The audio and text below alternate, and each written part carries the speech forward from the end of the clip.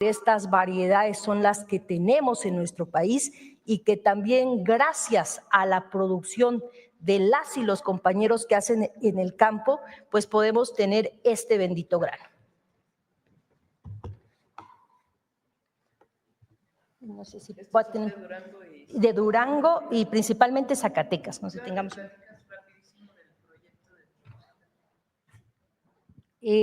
Aquí podemos ver algunos granos y vemos diferentes tipos de colores. En nuestro proyecto de frijol queda inmerso justamente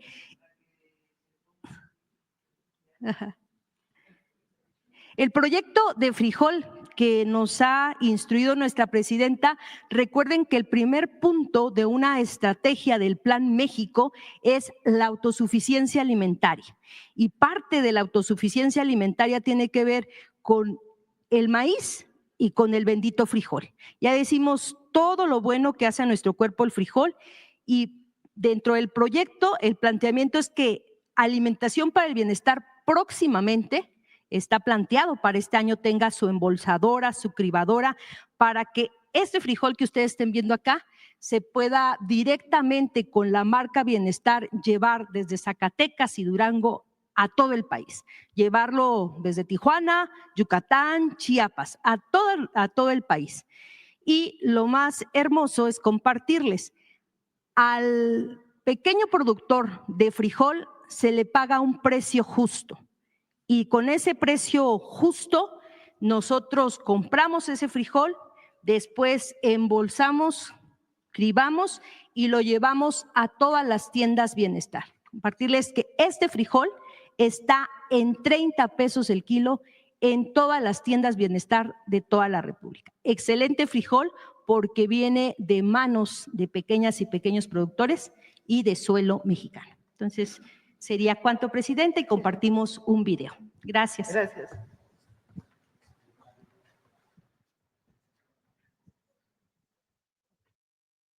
A lo largo y ancho del territorio nacional hay un grano que ha acompañado históricamente a nuestras comunidades. Además de un alimento, es símbolo de identidad, herencia cultural y trabajo colectivo. Estamos hablando del frijol. Durante los años del neoliberalismo, su presencia en la mesa se redujo ante la introducción de productos ultraprocesados y de bajo valor nutrimental, que desplazaron costumbres alimentarias más sanas y tradicionales. Hoy trabajamos para que el frijol vuelva a ocupar el lugar que merece. En México se conmemora el Día Nacional del Frijol cada 14 de noviembre. Posee una historia ancestral profundamente ligada a la riqueza biocultural de nuestro territorio. Domesticado en Mesoamérica hace aproximadamente 8,000 años, se convirtió en un pilar del sistema alimentario de las culturas prehispánicas junto al maíz, la calabaza y el chile. Esta leguminosa hoy es una herencia viva que mantiene a nuestro país como uno de sus principales centros de origen y diversidad genética. Es una excelente fuente de proteína vegetal y energía gracias a su aporte de carbohidratos, vitaminas, minerales y ácidos grasos saludables. Su alto contenido de fibra soluble ayuda a regular los niveles de azúcar en la sangre y a reducir el colesterol.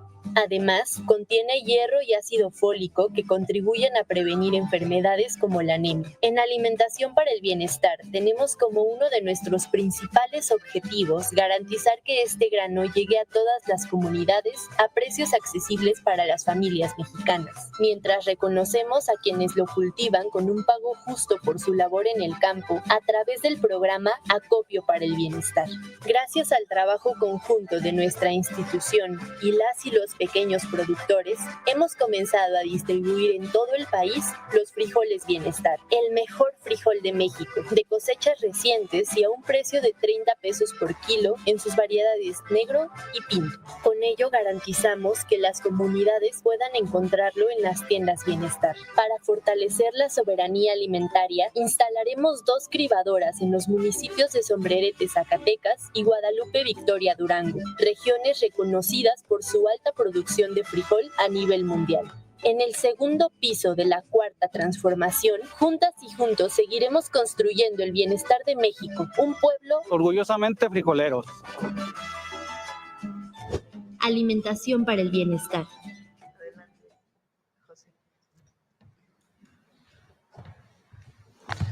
Con su permiso, Presidenta, muy buenos días a todas y a todos. Quiero decirles que México está de moda y estos indicadores nos hablan de lo positivo que está el turismo en nuestro país. Quiero decirles que de enero a septiembre, la siguiente por favor, la llegada de visitantes internacionales a México tuvo un 14% de crecimiento, la llegada de turistas un 6.4% de crecimiento, una derrama económica de más de 6.2% de crecimiento, más de 25,738 millones de pesos. Los pasajeros en cruceros un 10.6% más. El gasto, muy importante, por los cruceristas ha aumentado un 11.6% y eso genera, recordemos, prosperidad compartida en los diferentes puertos que bajan los cruceristas. También los pasajeros en vuelos nacionales, un 3% más. Los pasajeros en vuelos internacionales, un 1.4%. Y a su lado derecho tienen una tablita de los mercados principales que han aumentado de enero a septiembre de este año. Vean el continente o el mercado asiático, cómo ha aumentado un 10.7%, el turismo chino, el coreano un 11.4%, también el estadounidense, el argentino y también el italiano un 14.8%. La siguiente. Los visitantes a museos tuvo un gran incremento, 16.9%, y las visitas a nuestras zonas arqueológicas un 2% más que el mismo periodo que el año anterior. Siguiente, por favor. Es muy importante no solo el turismo extranjero, sino el turismo nacional. Tuvimos un 2.7% más, 78.3 millones recorrimos nuestro país, llenando hoteles, consumiendo en restaurantes, en los diferentes estados de la República. Siguiente. Y en los primeros 9 meses del año, 142 millones de pasajeros nacionales y extranjeros fueron atendidos en los aeropuertos de México, teniendo un 2.5% más de tráfico que el mismo periodo que el año anterior. Siguiente, por favor. Aquí en los indicadores de septiembre es muy importante comentarles que existe una disminución de llegada de turistas en septiembre, pero es históricamente el mes más flojo de todo el año. ¿Por qué? Porque iniciamos temporada alta de octubre a mayo en el tema invernal, sobre todo en el sureste mexicano. Y esto nos da indicadores positivos, es decir, vamos a cerrar con números muy fuertes en diciembre del 2025. En septiembre tuvimos un 16% más de llegada de visitantes extranjeros a nuestro país, un 3% más de derrama económica y también los empleos en el primer sector aumentaron, el primer semestre, aumentaron un 2.6% más. Siguiente. Ahora quiero hablarles del gran destino turístico Tulum. Hay muy buenas noticias. Hoy primero quiero iniciar diciéndoles que este gran destino recibió hasta el mes de octubre más de 1.348.901 turistas. Importante es decirles que el aeropuerto, el incremento en pasajeros fue de un 9.4% más que el mismo periodo que el año 2024 y la ocupación hoy en Tulum es de un 75.8%. ¿Por qué? Porque hay que recordar que ya inició la temporada alta. Todos los destinos tienen temporada alta y temporada baja, así que es importante decirles el dinamismo que hoy representa el destino de aquí a abril para todos los turistas. Siguiente, por favor. Por instrucciones de nuestra presidenta, el día 13 de octubre instalamos una mesa de coordinación para elaborar diferentes estrategias para el destino Tulum. En esta mesa hay 15 dependencias federales, por supuesto que el gobierno del estado encabezado por la gobernadora Mara Lezama y por también el municipio. Esta gran mesa, siguiente. elaboró un proyecto en el cual se rige por 4 ejes prioritarios. Decirles que toda esta estrategia contempla más de 128 acciones. Hoy quise colocarles 2 de cada una de los ejes, pero estamos dándole seguimiento de forma quincenal. Todas las autoridades federales, estatales y municipales, no solo desde la oficina, estamos en territorio haciendo audiencias, escuchando a todos los sectores económicos y turísticos. Y el primer eje es muy importante porque además queremos un Tulum que renace más justo, más seguro, pero sobre todo más sostenible. El primer eje es la regulación ordenada de atractivos turísticos. Les pongo 2 ejemplos de actividades que ya estamos trabajando: monitoreo constante de precios, quién es quién, elaboración de un reglamento de uso adecuado y gestión sustentable de las playas. El segundo eje, manejo urbano y ambiental responsable. Ahí entramos con armonización y actualización de programas de desarrollo urbano, realización de un programa integral de ordenamiento ecológico. El tercer eje, desarrollo y promoción turística, diseño y creación de la campaña Tulum Renace más seguro, más justo y sostenible, promoción de rutas y productos turísticos de la región, integración de una cartela de eventos culturales y turísticos de alto impacto. Y el cuarto, muy importante, mejora integral de infraestructura y equipamiento, realización de un corredor deportivo y lúdico, que ahorita les explicaré, y la apertura de los accesos públicos a la playa. Quiero agradecer a todas las dependencias federales este gran apoyo al Estado y al municipio, que nos va a permitir darles la siguiente noticia. La siguiente, por favor. Va a estar corriendo un video, pero les voy a ir explicando lo que logramos en tan poquitos días, y esto es por el trabajo en equipo. El turismo se hace no solo del gobierno federal, estatal y municipal, sino también de los prestadores turísticos. Hoy habilitamos los 2 accesos principales del Parque Jaguar, que es el tradicional que tanto lo había pedido el destino, y el acceso sur, y por ahí podemos ya entrar todos los visitantes nacionales, extranjeros, residentes de Quintana Roo, los 365 días a las 4 playas que se encuentran dentro del Parque Jaguar. Se colocó señalética, está de una forma muy visual, tanto en paredes como en el piso. Tú puedes entrar caminando, corriendo, en bicicleta, con tu familia, y pueden acceder a las 4 playas. Pero eso no lo es todo. El gran esfuerzo se hizo también que de forma histórica se han aperturado 2 nuevos accesos públicos en la zona hotelera que Tulum nunca había tenido. La primera está en el kilómetro 4.5, Playa Conchitas, y 5.5, que le llamamos acceso de Playa del Pueblo. Son accesos que da a las mejores playas y son de los primeros que aperturamos. Estaremos diciéndoles los nuevos accesos también dentro del Parque Jaguar, pero también en la zona hotelera.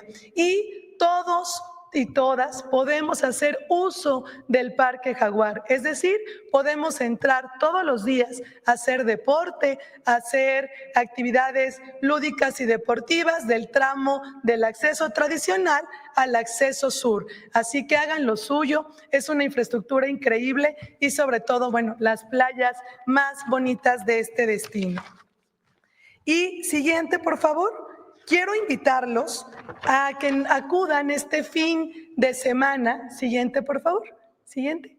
Este fin de semana, del 14 al 16 de noviembre, al Tianguis Nacional de Pueblos Mágicos. Estamos en Pachuca, en el estado de Hidalgo. Agradezco todo el apoyo del estado, del gobernador Julio Menchaca, y decirles que este tianguis es abierto a todo el público. Abrimos a partir de las 10 de la mañana hasta las 6 de la tarde. Van a poder encontrar 177 pueblos llenos de encanto, de gastronomía, de cultura, comprar artesanía. Hay un pabellón gastronómico, un pabellón también de medicina tradicional, 32 estados presentes, así que también productos locales. Vayan, consuman lo hecho en México, pero sobre todo conozcan a nuestro país. Y bueno, presidenta, pues ya es viernes, los mexicanos lo saben, y así que hoy los quiero invitar a turistear por el estado de Zacatecas. Gracias. Y vemos un video.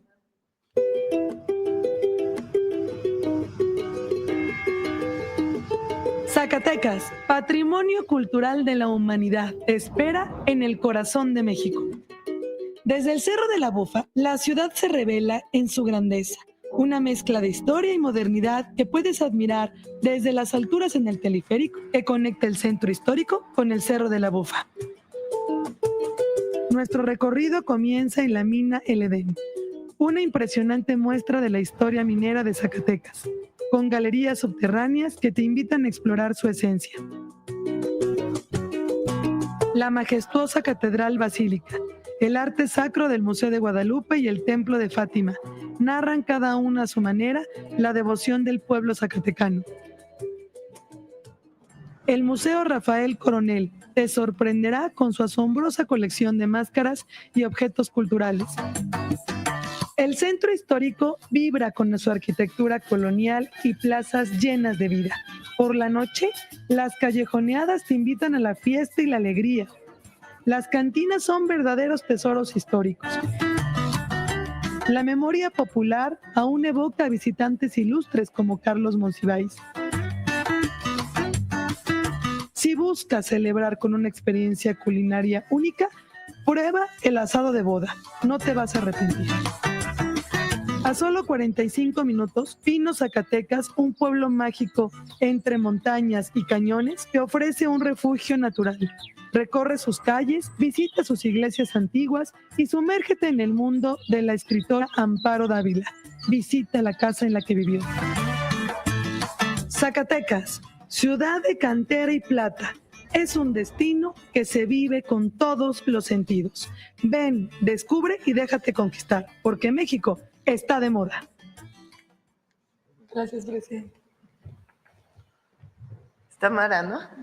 Adelante. Muchas gracias, muy buenos días a todas y todos desde Tulum, desde este hermoso paraíso en Quintana Roo. Vénganse para acá, querida presidenta, vénganse todos. Y gracias, presidenta, por este acompañamiento, por este respaldo absoluto, por escucharnos, por atender la voz de las y los tulumnenses, de atender las demandas del pueblo. Y así, de su mano, reafirmamos playas libres. Miren nada más qué belleza aquí en el Parque del Jaguar, desde Playa El Faro, Playa Santa Fe, Playa Pescadores, Playa Maya, Playa Mangle, acceso completamente gratuito para todas y todos y todos los días del año. A las personas locales, nacionales, extranjeras, les invitamos a entrar caminando, corriendo o en bicicleta y disfrutar al máximo, pasar un día en familia o con amigos aquí en la playa, ingresando, como decía José, por el acceso sur sobre Avenida Cobá o por el acceso tradicional, en donde encontrarán de frente un muro, y en el costado derecho el acceso libre a las playas perfectamente señalizado. Ahí podrán seguir las líneas que trazamos en el sendero, que los llevarán a las playas más hermosas del mundo, en el inigualable Mar Caribe, con esta extraordinaria arena blanca. Tulum es para todas y todos, sin discriminación, con servicio de calidad y excelencia. Son bienvenidas y bienvenidos con sus instrumentos musicales, con todo el equipo para hacer deporte, niñas y niños con sus juguetes y, por supuesto, que hay que cuidar las playas porque son únicas, son espectaculares, son para hacer comunidad, para alimentar el alma, pero también no olvidemos que es un área natural protegida. Vamos a cuidarlas. Y no solo es el acceso libre a las playas lo que estamos haciendo en este destino, es una colaboración institucional con el gobierno federal, estatal y municipal, con la Secretaría de Turismo comandada por Josefina, que le mando un abrazo, por la Secretaría de Seguridad Ciudadana, las fuerzas federales, SEDATUS, todas y todos de la mano, y muchas dependencias más que estamos trabajando e implementando diferentes acciones como el ordenamiento, verificación de precios, movilidad, más inversión en infraestructura y un servicio con calidez. Todo, y el objetivo es claro, éxito turístico, pero con prosperidad compartida. Por eso, además de todos estos accesos libres y gratuitos al Parque El Jaguar, en estas playas padrísimas, tenemos 2 accesos más, los comentaba ya mi querida Josefina, la Playa del Pueblo y Playa Conchitas, que han sido una completamente abierta y la otra ya rehabilitada para que todos puedan entrar. Tulum sí, claro que sol y playa, pero también gastronomía, artesanía, turismo rural y comunitario. Es tradición, es cultura, es entretenimiento. Y tenemos programados, Presidenta, muchos eventos para este próximo año, como el torneo profesional de la Golf PGA Tour, un festival de yoga, un festival de cine, el festival Art With Me, la Convención Nacional de Bodas y Amor, conciertos con grandes artistas nacionales e internacionales como David Guetta, Santana. Y gracias a su apoyo, queridísima Presidenta, tenemos buenas noticias porque gracias a usted y a la Fuerza Aérea Mexicana se confirma la sede del Tulum Air Show, evento de la Feria Aeroespacial de México, en el que esperamos más de 20,000 asistentes, un evento sin precedentes de proyección internacional que se llevará a cabo en el hermoso aeropuerto de Tulum. Presidente, todo este trabajo lo hicimos escuchando atentamente a la gente, sus peticiones, sus necesidades. Es el pueblo el que nos guía y el humanismo mexicano, como usted nos marca, nuestra ruta, porque descansar, vacacionar, contemplar estas maravillas y acceder a las playas de manera libre es un derecho y no un privilegio. Y así lo vemos y lo garantizamos en la 4ª transformación que avanza junto a usted a paso firme aquí en Quintana Roo. Tulum es hoy una muestra de lo que somos capaces de lograr cuando gobernamos con visión y de la mano con el pueblo. Muchas gracias, Presidenta, por su respaldo, por su confianza. Vengan a Tulum. Nuestra gente maravillosa y sus extraordinarias playas los van a recibir y las van a recibir con los brazos abiertos. Un hermoso lugar de belleza inigualable. Y mientras siga saliendo el sol, en Tulum seguiremos brillando. Acá nos vemos, Presidenta, acá nos vemos todas y todos. Gracias, Mara, gracias. Bueno, abiertas las playas de Tulum. Gracias. Bueno, ahora sí, todos quieren hablar. Vamos a ver cómo empezamos. A ver.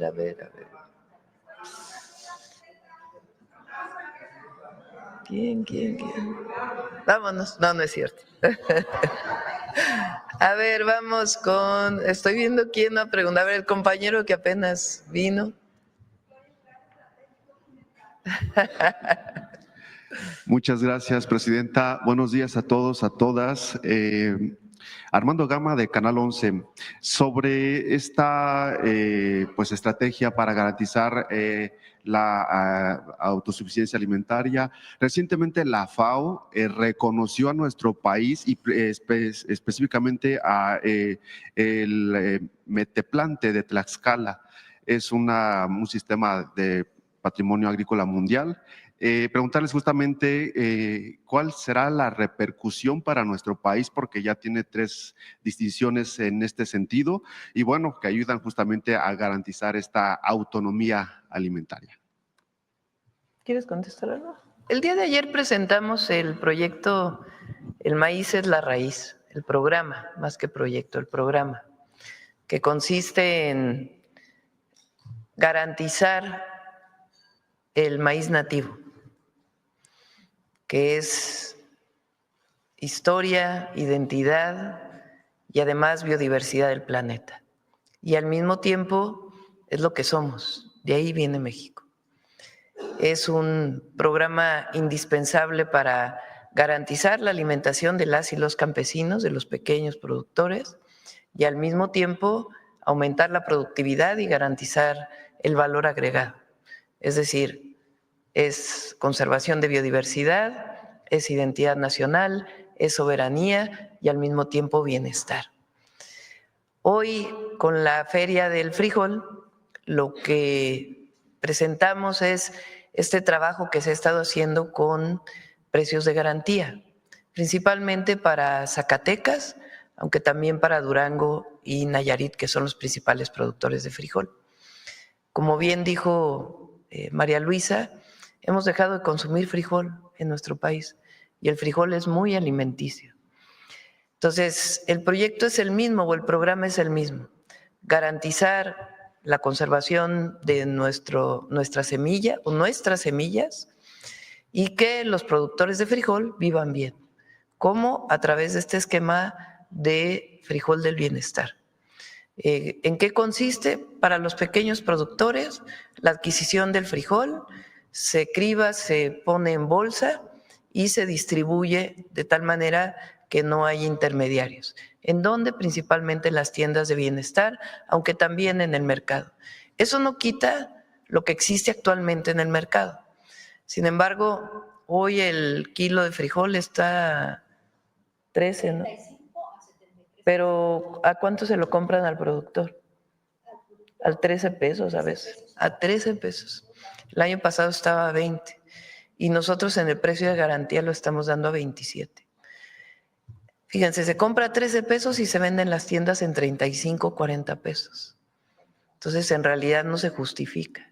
Entonces, a través de este programa que atiende a un número importante de productores, lo que queremos pues es garantizar un precio justo para las y los productores y un precio justo para el consumidor. Entonces, vayan a la Feria del Frijol y lo que representa la milpa en particular en todo el país, en Mesoamérica, pues es una forma de cultivo que no solamente alimenta bien a quien lo siembra, porque no solamente es el maíz, es el frijol, es la calabaza, es el chile, que es la forma tradicional de cultivo de los pueblos originarios, sino que también representa conservación de la biodiversidad. Entonces, por eso la promoción de la milpa es muy importante. Muchas gracias, presidenta. Preguntarle también su opinión respecto a esta resolución que ha dado ayer la Corte respecto a pues estos juicios por el impago de impuestos de Grupo Salinas. Por favor. A ver si pones el comunicado de la Corte, no la resolución, sino el comunicado. Fíjense, dice: la Suprema Corte de Justicia de la Nación resolvió diversos asuntos relacionados con empresas que impugnaron créditos fiscales determinados por la Autoridad Hacendaria Federal, derivados del impuesto sobre la renta correspondiente a los ejercicios fiscales 2008, 2009, 2010, 2012 y 2013, así como sobre la posibilidad de deducir pérdidas por la venta de acciones. Adelante.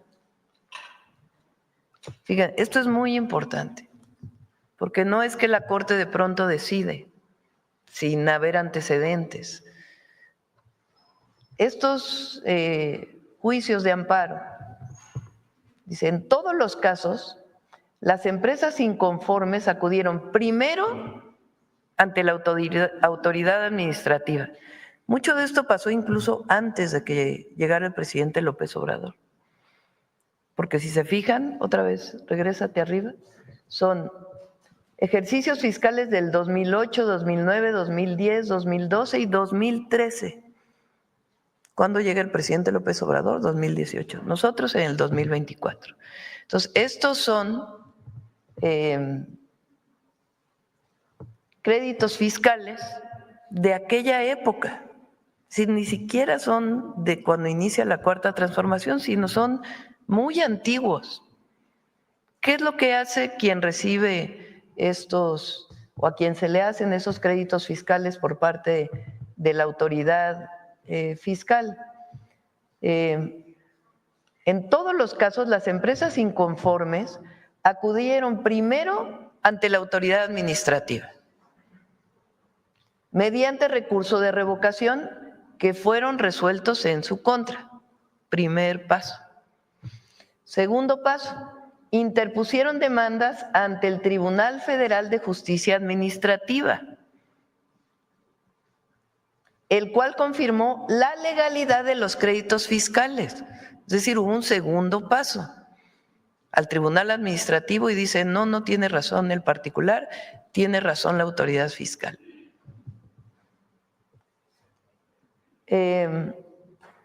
Después de ello, promovieron juicios de amparo directo que también fueron negados por los tribunales colegiados. Una siguiente instancia.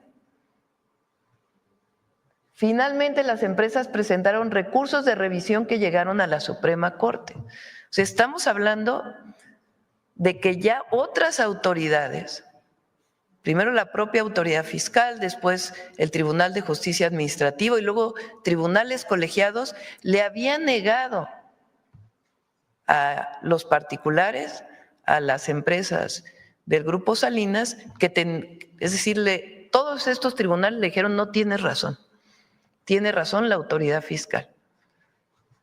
Finalmente se van a la Corte. En 4 asuntos, la Corte determinó que los recursos de revisión en materia fiscal solo pueden admitirse cuando se plantean temas de relevancia constitucional. O sea, la Corte dice, bueno, ya resolvieron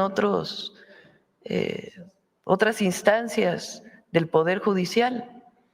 Entonces, si vas a la Corte es porque hay un problema constitucional, no directamente relacionado con lo anterior, porque ya resolvieron las otras instancias.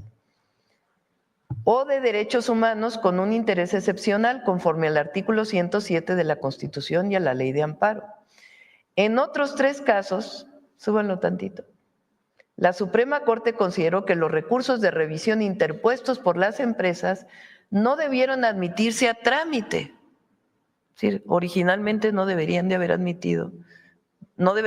admitido en la Corte, ya habían resuelto otros tribunales, porque no tenían que ver directamente con lo que resuelve la Corte.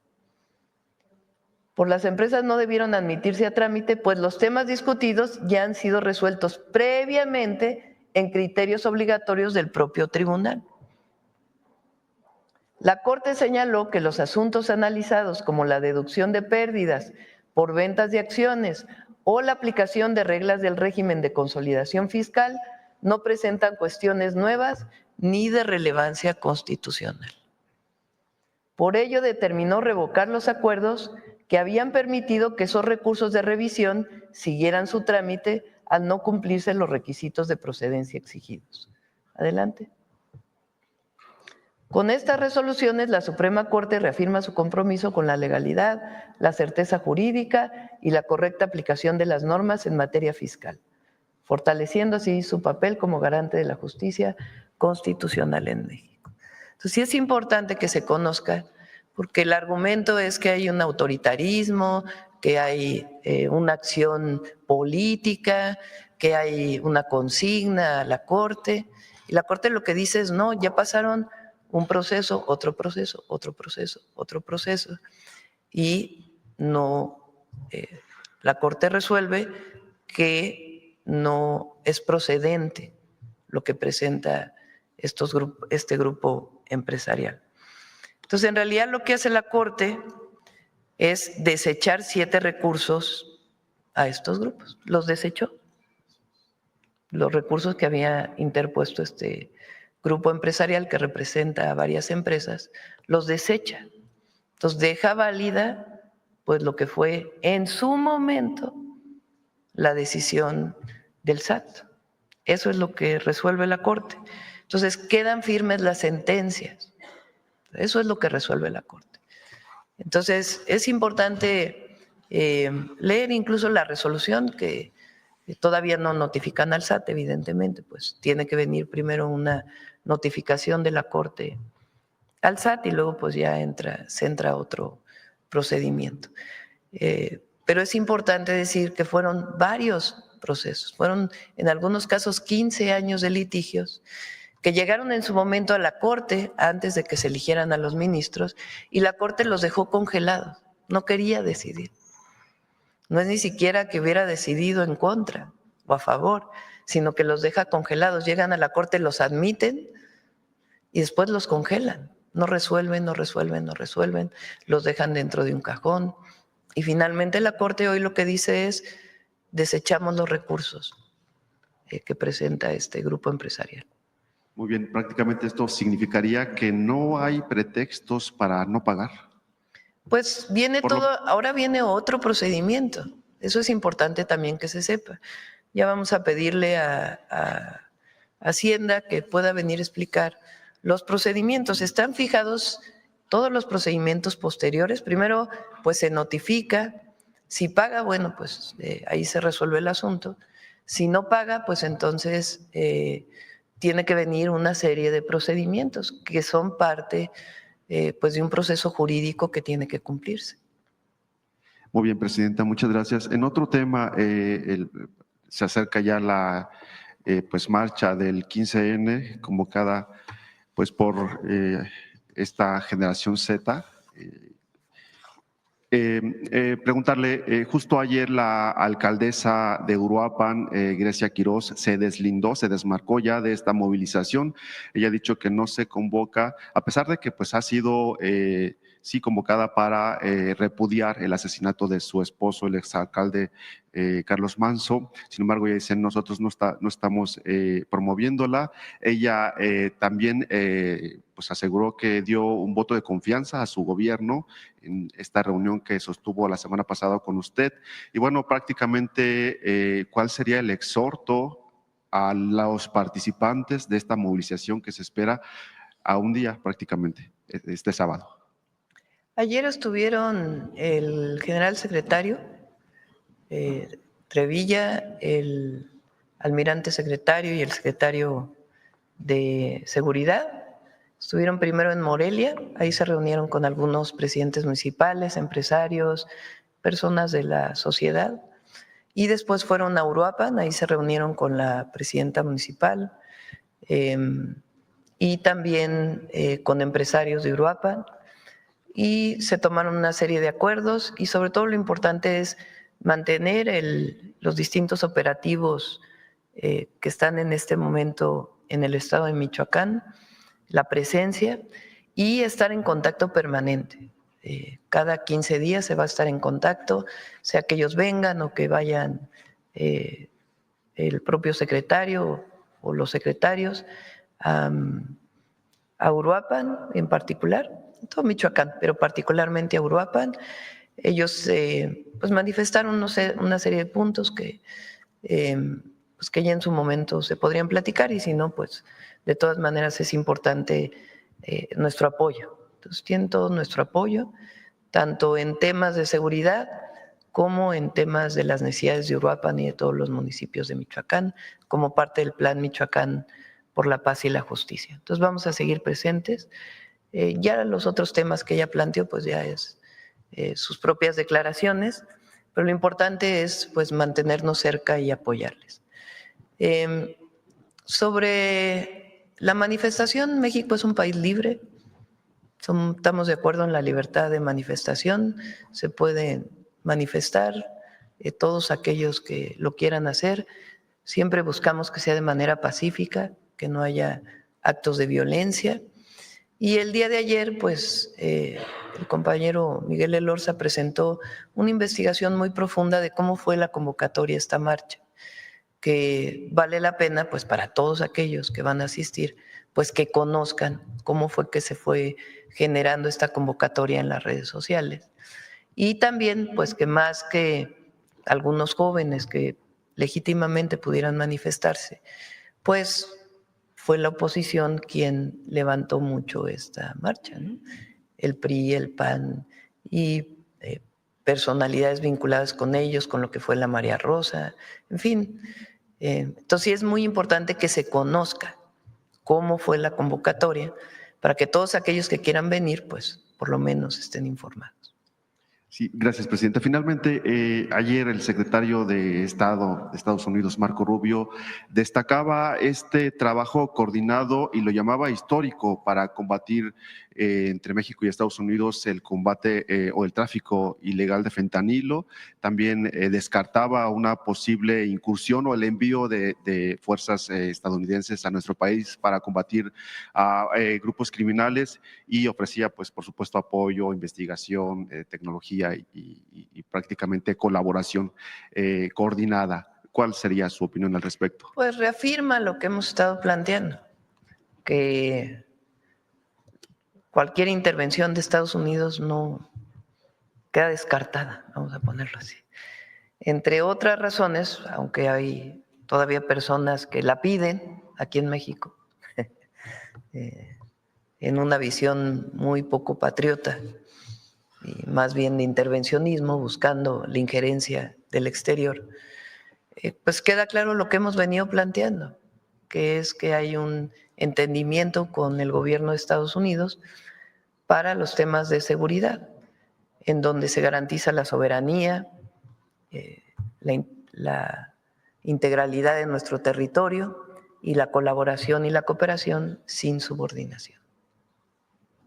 Muchas gracias. Vamos, a ver, ¿quién más? A ver, vamos con la compañera. No, acá.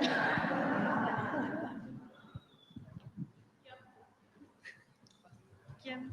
Adelante. Buenos días, Presidenta. Meme Yamel, de Da Mexico News. Presidenta, hay una encuesta justamente de la generación Z del Financiero en donde dicen que cerca del 70% de la generación Z respalda su gobierno. Pero, como bien lo menciona, también hay No la vi la encuesta. Es justo, la sacaron ayer. Millennials y generación Z arriba del 70% aprueban su gestión.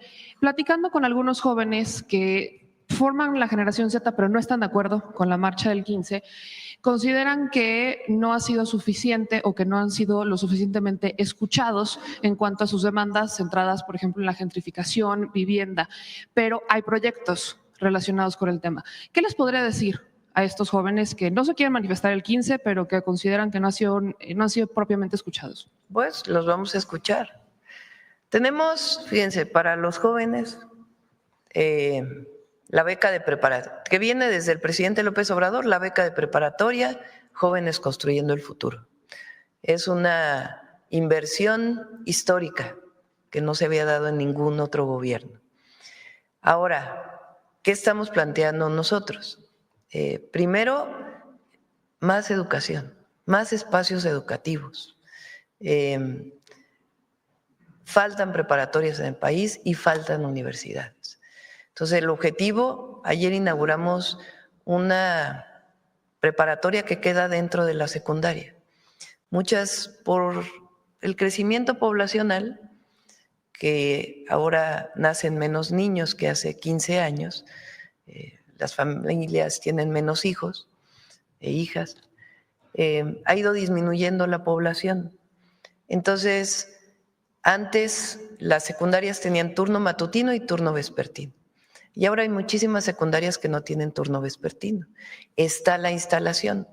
Entonces, ¿qué es lo que estamos haciendo en muchas secundarias? El turno vespertino, adecuar los salones para que pueda ser un bachillerato nacional, como ahora incorporamos a todas las preparatorias.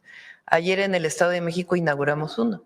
Entonces, los jóvenes que salieron de secundaria o los adolescentes que salieron de secundaria, en la misma escuela en la tarde van a estudiar la preparatoria. Ese es el primero. El segundo es ampliar las preparatorias existentes, los bachilleratos tecnológicos, todo el bachillerato nacional y construir nuevos. Y el cuarto es un bachillerato modular, que le llamamos, sobre todo en las zonas de pequeñas comunidades. Son bachilleratos modulares de 2, 3 salones que permiten atender a 40 estudiantes y que no tienen que salir de sus pueblos para poder estudiar el bachillerato. Y además estamos construyendo más universidades con la Rosario Castellanos, la Benito Juárez. Entonces, que los jóvenes tengan acceso a la educación es muy importante, porque muchas veces al tener que trasladarse muchísimo para poder ir a la preparatoria, pues o sus familias no pueden soportarlo económicamente, o también pues no hay la cercanía con la familia y a veces deciden abandonar la escuela y acercarse a lo mejor hasta un grupo delictivo. Entonces, nosotros hemos puesto mucho énfasis en la educación y evidentemente estamos abiertos a mucho más de trabajo con ellos. Ahora viene un programa deportivo muy importante para jóvenes, México Imparable, y también actividades culturales. Entonces, todo es parte de la incorporación de los jóvenes, el reconocimiento. Nos debemos a las y a los jóvenes. No solamente son el futuro de México, como se dice, sino son el presente. Entonces, escucharlos, siempre escucharlos. Uno de los temas que plantean es la posibilidad de acelerar las 40 horas, porque justo mencionan, bueno, estamos en un régimen de 48, pero hay quienes trabajan 52 y ni siquiera son pagadas. Entonces, ¿existe esa posibilidad de acelerar la transición? Estamos trabajando. Espero que este mismo mes se pueda presentar la propuesta. Bien, todas las decisiones que se han tomado durante el periodo del presidente López Obrador y con nosotros, que tienen que ver con el mundo laboral, por ejemplo, la desaparición del outsourcing, el aumento de la participación de los empresarios en las pensiones, el aumento al salario mínimo y todo el modelo ahora de conflicto, de atención a los conflictos laborales, fue acordado por consenso entre empresarios y trabajadores. Y nosotros creemos que eso es importante. Entonces estamos buscando pues que haya un acuerdo en el esquema de cómo se van a implementar las 40 horas y también ya viene muy pronto el aumento salarial o del salario mínimo para el 2026. Entonces sí, nosotros estamos de acuerdo con la semana de 40 horas, pero sí queremos que sea parte de un trabajo consensado, como se ha hecho hasta ahora, y eso ha permitido pues que no haya conflictos, sino al revés, pues que se pueda avanzar, sobre todo en los derechos de las y los trabajadores. Entonces estamos en eso. En otro tema, Presidenta, lo acaba de mencionar con el asunto relacionado a la resolución de la Suprema Corte. No es una resolución de la nueva Corte, es en realidad el respetar las resoluciones de tribunales a lo largo de prácticamente 17 años. Pero sí fue un tema de la Corte pasada, el básicamente esconder y retrasar algo que era inevitable. Eso se podría considerar incluso como corrupción. ¿Existe o sabe de que se puede investigar a aquellos ministros que guardaban en el cajón esos expedientes para retrasar lo inevitable en una complicidad clara con el grupo Salinas? No es nuestro interés. Yo creo que el pueblo de México tomó una decisión muy clara y es que hubiera un nuevo sistema judicial, un nuevo poder judicial en nuestro país. Y eso es muy profundo. Esa decisión que toma el pueblo, porque la toma el pueblo, porque nosotros hicimos campaña en el 2024 llamando a que se cumpliera, entonces le llamábamos el Plan C, es decir, que hubiera mayoría en la Cámara de Diputados, hubiera mayoría calificada en la Cámara de Senadores y en los congresos estatales para que pudiera haber cambios constitucionales muy importantes para el país.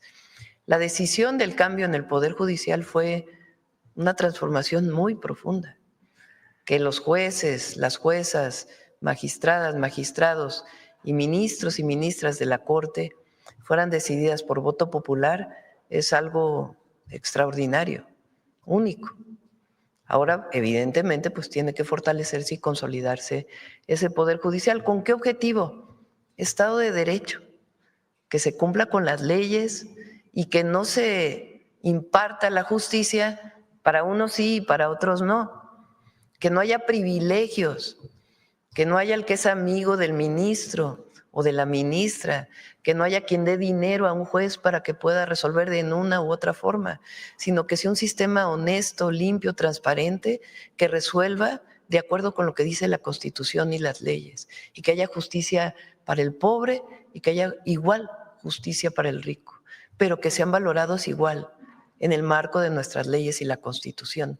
Eso es lo que no ocurría antes. Antes, pues era el influyentismo. Eres amigo, entonces te resuelvo. Tienes dinero, entonces te resuelvo más rápido. Y en el caso de las y los ministros, lo mismo. Entonces eres amigo, eres compadre, eres familiar, tienes influencias, entonces no se toca tu caso. Ah, pero si se trata de una resolución que tiene que ver con una persona humilde, ahí sí no importa. Ahí la resolución puede ser en su contra.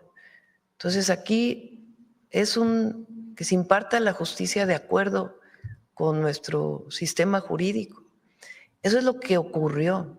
Entonces, desde nuestra perspectiva no tiene sentido empezar a sancionar si hubo una u otra conducta de los ministros anteriores. Lo importante es que este Poder Judicial se consolide, se valide, se legitime frente al pueblo y frente a todos los miembros de la sociedad. Y eso es lo que, desde mi perspectiva, ocurrió ahora. Si es una resolución que tiene que ver con nuestro sistema de justicia. No es una resolución por consigna, no es que alguien le habló a los jueces a decirle, oye, fíjate que por favor resuelve de esta manera porque lo quiere la presidenta o lo quiere, no sé, cualquiera. No, tienen autonomía y resuelven. Pero además no es extraño que resuelvan de la manera que resolvieron, porque ya había pasado por distintas instancias algunas de antes del 2018 y después del 2018 al 2024. Tribunales colegiados que dijeron no proceden los reclamos del Grupo Salinas. Entonces, sencillamente lo que dijeron es, queda tal cual lo estoy leyendo aquí porque hay que usar las palabras, quedan firmes las sentencias de los tribunales colegiados de circuito. Eso es lo que resolvió la Corte. ¿Qué es lo que representaría en programas o en proyectos lo que estas resoluciones han dejado firmes? Se habla cerca de 50,000 millones al cálculo que se está haciendo, faltará lo que el SAT determine, pero ¿qué es lo que representaría en obras? Porque ni siquiera es una deuda con la presidencia. Pues hay que ver cuánto es primero. Ese cálculo lo tiene en principio el SAT. Yo se los comenté aquí porque también es legal. El Código Fiscal establece una serie de beneficios para el que debe el impuesto, de acuerdo con las multas que vaya pagando. Si no paga, pues entonces van incrementando, y si no, pues hay una serie de beneficios que lo establece claramente el Código Fiscal. Entonces el SAT pues tiene que hacer el cálculo y lo tiene que mostrar. Entonces, por eso es todo dentro del marco de la ley. Aquí no hay ningún autoritarismo ni nada, sino sencillamente el cálculo de lo que se debe a lo que tiene beneficios si es que paga. Si no paga, pues también hay procedimientos para garantizar que pague, porque es la ley. ¿Se descarta o no se descarta un posible concurso mercantil si es que no llegara a pagar? Es un procedimiento largo. No es un procedimiento de 3 días, de 4 días, de semanas. Es un procedimiento que lleva tiempo, si es que decide no pagar. Entonces, si decide no pagar, entonces viene un procedimiento largo. No es de un día, de 2, pero es justicia, así de sencillo. Ahora, para ponerles un ejemplo, los caminos artesanales tienen en el presupuesto de este año 3,000 millones de pesos. Si la deuda, por decir algo, es de 30,000 millones, por decir algo, pues son 10 veces el presupuesto de los caminos artesanales. Por poner un ejemplo, es hipotético, no tiene que ver. Si, ¿qué otro? Por ejemplo, lo que estamos planteando de todos los programas de bienestar para Michoacán son alrededor de 30,000 millones de pesos. O sea, son montos muy significativos y se fueron elevando. Eso también es importante, porque por ahí hay un video donde dice que era un monto hace tiempo. Mientras más se tardó en pagar, más multas hay.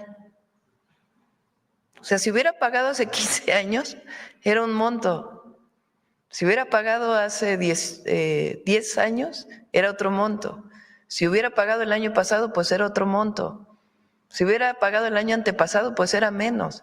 Pero así es la ley. No es un asunto particular para una empresa. Mientras más te tardes en pagar, más multas hay. Entonces, es importante que se conozca eso. Y se van acumulando esas multas. Presidenta, un último tema tiene que ver justamente con la corrupción. En los últimos días hemos visto a la titular del Sistema Nacional Anticorrupción haciendo pues denuncias respecto al propio sistema de cómo no ha servido, y tenemos muchos ejemplos. Creo que uno de los más lamentables es el propio Javier Duarte, que está buscando su liberación anticipada y aunque no la consiguiera, la próxima semana saldría libre hasta el próximo año. Una sentencia de 10 años, muy lamentable por todo lo que se desvió y todos los recursos que quedaron hasta delitos muy graves como las vacunas con agua para niños con cáncer. Presidenta, ¿se ha planteado algún modelo adicional a la Secretaría Anticorrupción y Buen Gobierno que pueda sustituir al Sistema Nacional Anticorrupción, que le dé dientes o que se pueda hacer algo para darle, ahora sí, cerrar el tema de la impunidad en este tema? Tienes razón, sí es algo que se tiene que revisar. Y de hecho no está funcionando a plenitud. Y fue un esquema que se planteó en el periodo de Peña Nieto, propuesto por distintas organizaciones de la llamada sociedad civil, en donde es un esquema bastante complejo de muchas instituciones que supuestamente iba a garantizar la sanción cuando hubiera corrupción. Antes, diversas sanciones estaban en la Secretaría, que hoy le llamamos de Buen Gobierno y Anticorrupción, de la Función Pública.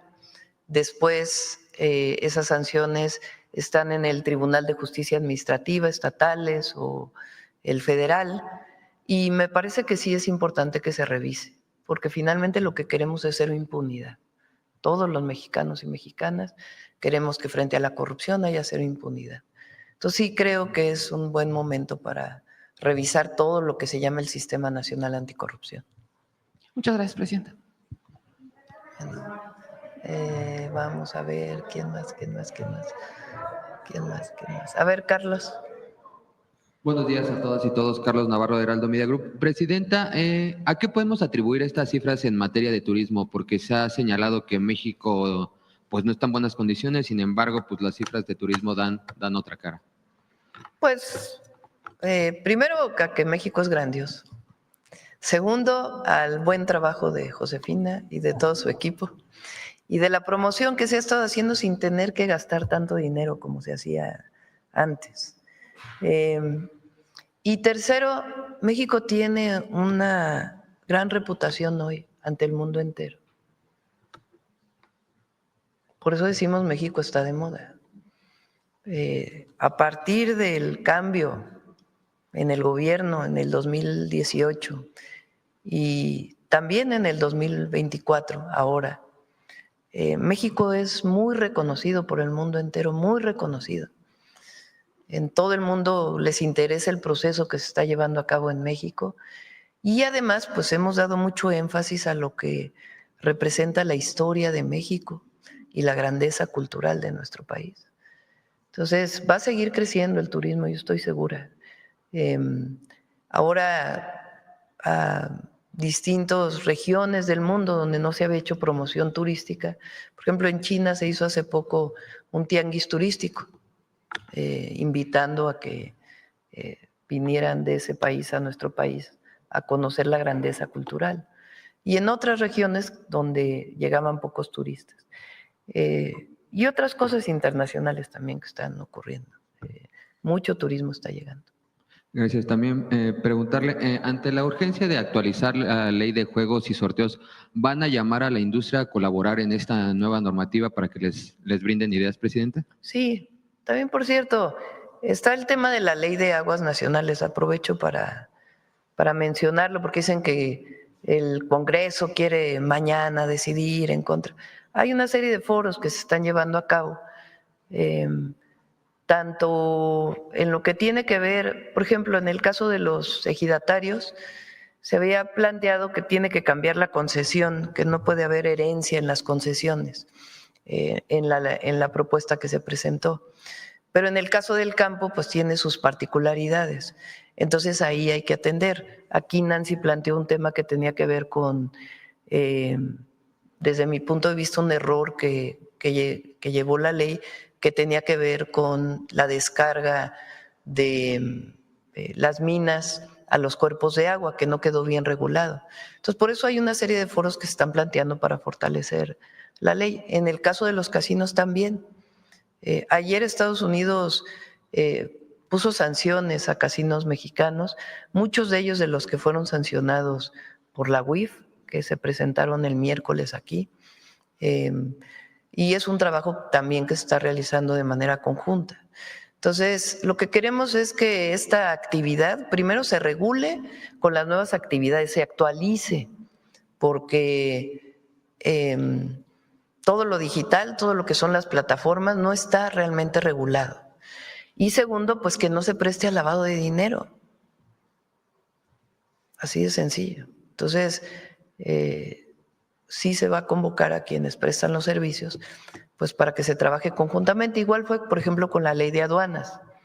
La ley de aduanas se hizo una propuesta, los agentes aduanales tuvieron varias mesas de trabajo y al final estuvieron de acuerdo con la nueva propuesta, que sí cambia mucho la anterior, pero al mismo tiempo se consideran las opiniones de todos. ¿Qué mecanismos considera usted que se deben implementar para combatir tanto el lavado de dinero como la ludopatía en el tema de los casinos, presidenta? Bueno, es una serie de regulaciones diversas, ¿no? En el caso de la ludopatía, es decir, las personas que ya es un vicio, ya es una adicción el estar apostando, pues tiene que haber mucha información, ¿no? Porque es una decisión al final individual, pero tiene que haber mucha información de a dónde se puede llegar con el exceso de las apuestas y generando pues muchísimos problemas para ellos y para sus familias, ¿no? Por las deudas que luego adquieren. Y por otro lado, pues todo lo que tiene que ver con la legislación en contra del lavado de dinero. Entonces son las dos cosas las que es muy importante incorporar. Presidenta, su presencia en la convención anual de la CIRT marca una nueva relación entre gobierno y medios. ¿Qué sinergia se espera de este intercambio, presidenta? Bueno, me invitaron a esta reunión, asistí, más allá de las diferencias que podemos seguir teniendo y que las vamos a seguir manifestando. Y muchos de los medios que, como lo he dicho, más que medios de comunicación, se convirtieron en propaganda política del conservadurismo. Lo importante también es las posiciones.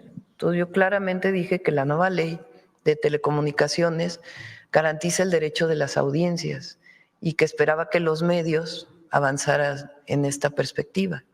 Y al mismo tiempo, pues todo lo que tiene que ver hoy con las redes sociales y el uso de la inteligencia artificial y de los algoritmos que orientan a dar cierta información y que los medios también son usuarios de las plataformas digitales. Y todo lo que tiene que ver con ello es muy importante para garantizar el derecho a la información, que es un derecho constitucional. Y finalmente, los medios siempre se han quejado de que en las épocas electorales el espacio que se da a los partidos políticos para la propaganda, pues muchas veces no se utiliza de la mejor forma. Entonces un anuncio, un spot que se llama de un partido político se repite 10 veces el mismo día. Y eso pues lo único que hace es que la gente le apague al radio, ni le sirve a los propios partidos. Entonces los invité a que trabajaran con la comisión que está haciendo la reforma electoral para que pusieran sus puntos de vista. Y por último, preguntarle, el sábado estará en Palizada, Campeche, a 2 horas de Palenque, Chiapas. Acaba de pasar el cumpleaños del presidente, ¿tiene contemplado visitarlo? No, ya dijeron ahí los comentócratas, es que en realidad va, porque voy a Campeche y a Tabasco. Entonces, en realidad va para allá porque quiere reunirse con el presidente López Obrador. No vamos a ir a Palenque. Si fuéramos a Palenque, pues respetamos pues la decisión del presidente López Obrador de mantenerse fuera de la vida pública. Muchas gracias, buen día a todas y todos. Ya viene su libro, por cierto. Bueno, vamos, a ver. A ver, Nancy. Y luego, pero con la condición, reina, de que seas breve. Buenos días, presidenta. Nancy Flores de la revista Contralínea. Buenos días a todas y a todos. Presidenta, pues justo sobre el tema de los casinos, aquí se ha explicado pues que esta investigación descubrió estos 13 casinos implicados en presunto lavado de dinero, también en fraude fiscal y otro tipo de defraudaciones. Preguntarle justamente cuántas denuncias se interpusieron, si solamente es a personas morales o también hay implicadas personas físicas con denuncia penal. También, si fuera posible, pues saber el estimado de cuánto dinero habrían blanqueado en este periodo que se ha analizado, y si la secretaria Rosa Isela Rodríguez pudiera dar también información acerca de cuántos permisos o concesiones se tienen para la instalación de casinos, cuántos están vigentes, cuántos casinos estarían con irregularidades en torno a sus permisos, e incluso si hay algunos de estos permisos que no estén en funcionamiento o que ya se hayan retirado precisamente porque nunca se utilizaron, y de qué época vienen. Eso sería muy importante porque se sabe pues que en el sexenio de Vicente Fox se entregaron muchísimos permisos, sobre todo en el último año con Santiago Krill en gobernación, y también en el sexenio de Peña Nieto. Entonces, a ver si… Se otorgaron permisos con Fox, con Calderón y con Peña. Es donde más permisos se presentaron. Le pedimos a Rosa Isela que nos haga una presentación de lo que dices, es muy interesante. El procedimiento que se presentó el miércoles es de estos 13 casinos entran al listado de congelamiento de cuentas. Es un procedimiento también, no es que se anuncie y ocurre a los 5 minutos, sino que se tiene que notificar a los bancos y los bancos tienen que proceder al congelamiento de las cuentas. En este momento se está en esa parte del procedimiento. Eso es lo primero. A partir de ahí ya se puede saber el monto, porque está en esas cuentas, entonces ya puede ser público y ya se puede informar aquí en la mañanera. Es interesante el modus operandi de cómo, porque en algunos casos puede ser lavado de dinero, de delincuencia organizada, pero en otros casos puede ser sencillamente lavado de dinero de efectivo, que venga también de otras fuentes. Entonces se apostaba en el casino, en línea principalmente. La persona que apostaba o le robaron su identidad o la convencieron. Muchas veces a través de supuestamente un regalo que le llega o por correo o de manera física de una tarjeta de regalo. Entonces dicen, te doy 300 pesos de regalo para que apuestes en este casino. La gente entra a la plataforma, apuesta los 300 pesos y le dicen, te ganaste 1,000 pesos. Pero en realidad se reporta que se ganó 25 millones de pesos. Y esos 25 millones de pesos se mandan al extranjero, a ciertas cuentas. Y después muchas veces esos 25 millones de pesos regresan al país como 50 millones de pesos. Es decir, algo se hizo en ese otro país en donde hicieron algo probablemente similar, de tal manera que aumenta, es decir, tiene que haber una asociación delictuosa con alguien en ese otro país y regresa a una empresa como 50 millones de pesos de los 300 originales. ¿De dónde salen? De los 500 a los 50 millones, 100 millones de pesos, pues es justamente el llamado lavado de dinero ilegal de efectivo que se va blanqueando de esa manera. Entre otros modus operandi como ese. Y todo es electrónico, todo es de manera electrónica y va cambiando de cuentas para que no haya, pues supuestamente, seguimiento de ese recurso. Entonces tiene que haber pues el uso de dinero en efectivo, principalmente para ese procedimiento. Entonces eso es lo que se quiere regular y además, pues ahora que ya se termine o avance el proceso jurídico, ya se puede informar de cuántos eran los montos en un año, por ejemplo, de este tipo de transacciones que lavaban el dinero y también las denuncias penales, si son solamente a personas morales o también a personas físicas. Gracias, Presidenta. En otro tema, preguntarle si ya la UIF le informó acerca de estos probables 14,000 millones de pesos que están relacionados con la Fundación Jenkins, que se habrían pues también de alguna manera desviado a paraísos fiscales. Se habla de Barbados y Panamá, a donde se habría destinado este recurso, y saber si hay alguna información de la Unidad de Inteligencia Financiera o de la Fiscalía General de la República en torno a este caso, sobre todo porque este dinero pues iba a la beneficencia pública del Estado de Puebla para la gente más vulnerable. Todavía vamos a informar la próxima semana. Todavía están en ese proceso de tener toda la tarjeta completa informativa. Presidenta, también justamente el fin de semana pasado se dio a conocer la detención de Jorge Antonio Sánchez Ortega, este exagente del CISEN que se ha identificado como el probable segundo tirador en el magnicidio de Luis Donaldo Colosio.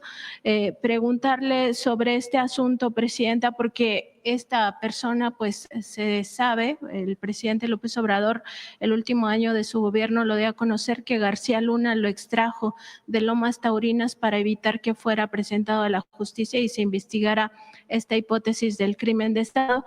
Preguntar justamente sobre esto, si estaríamos en un momento crucial para determinar si se trató de un crimen de Estado y sobre todo la participación o hasta dónde podría haber llegado la participación del expresidente Carlos Salinas de Gortari. Es un caso que tiene la Fiscalía General. En efecto, es la orden de aprehensión al segundo tirador. Y en efecto, lo que mencionó el presidente López Obrador aquí en su mañanera es que este segundo tirador presuntamente lo había sacado de Lomas Taurinas García Luna, como agente del CISEN entonces. Esto es un personaje, García Luna. Y lo tiene la Fiscalía, entonces la Fiscalía tendría que informar. Presidente, y justo sobre García Luna y en general sobre estos llamados de algunos, digamos, de algunos políticos trasnochados y de otros personajes, sobre todo el conservadurismo, de que regrese la guerra contra el narcotráfico, pues teniendo en cuenta que aquí la guerra contra el narcotráfico pues no existió, lo que existió fue un narcoestado donde Genaro García Luna se asoció con el cártel de Sinaloa, pues preguntarle sobre esto que ha reiterado sobre el permiso para matar. En Contralínea, en octubre de 2013, publicamos una investigación sobre estos comandos de la muerte, justamente conocidos como escuadrones de la muerte que operaban en el sexenio calderonista y que seguían operando en el primer año del sexenio de Enrique Peña Nieto. Estos escuadrones de la muerte fueron creados directamente por Genaro García Luna y se tomaron diversos agentes de áreas estratégicas de la Secretaría de Seguridad Pública. En aquella ocasión nosotros documentamos pues que estaban dedicados no solo a exterminar a personas, a matarlas, y no solamente del narcotráfico, sino también cometían secuestros y otras atrocidades, desapariciones y amedrentamientos de todo tipo. Y como decía yo, no solo a narcotraficantes o presuntos criminales, sino también a empresarios, a periodistas, a luchadores sociales, a activistas. En ese sentido, Presidenta, pues este caso particular de uno de los escuadrones de la muerte, de los que se dieron cuenta en ese trabajo periodístico sus nombres de estos agentes, pues con los años se confirmó en un documental titulado Narcocirco del periodista Romain Bollinger, pues ahí consiguió él un testimonio de uno de estos agentes y él dijo que en efecto estaban en este escuadrón de la muerte y que habían pues asesinado y desaparecido personas y que se deshizo uno de esos escuadrones justamente después del reportaje de Contralínea. Entonces preguntarle, Presidenta, pues no solo sobre esta hipocresía de la derecha, ¿no? Primero de no entender que no hubo guerra contra el narco, sino un narcoestado en el sexenio calderonista. Y lo segundo, pues también la importancia de que tengamos claro lo que significa el permiso para matar y el mátalos en caliente. Es muy interesante lo que mencionas. En el periodo de García Luna, en efecto es el periodo donde se incrementa el número de secuestros en el país y se ha investigado poco sobre ello. Y hay reportajes, documentos que mencionan la participación de estos grupos, como el reportaje de Contralínea.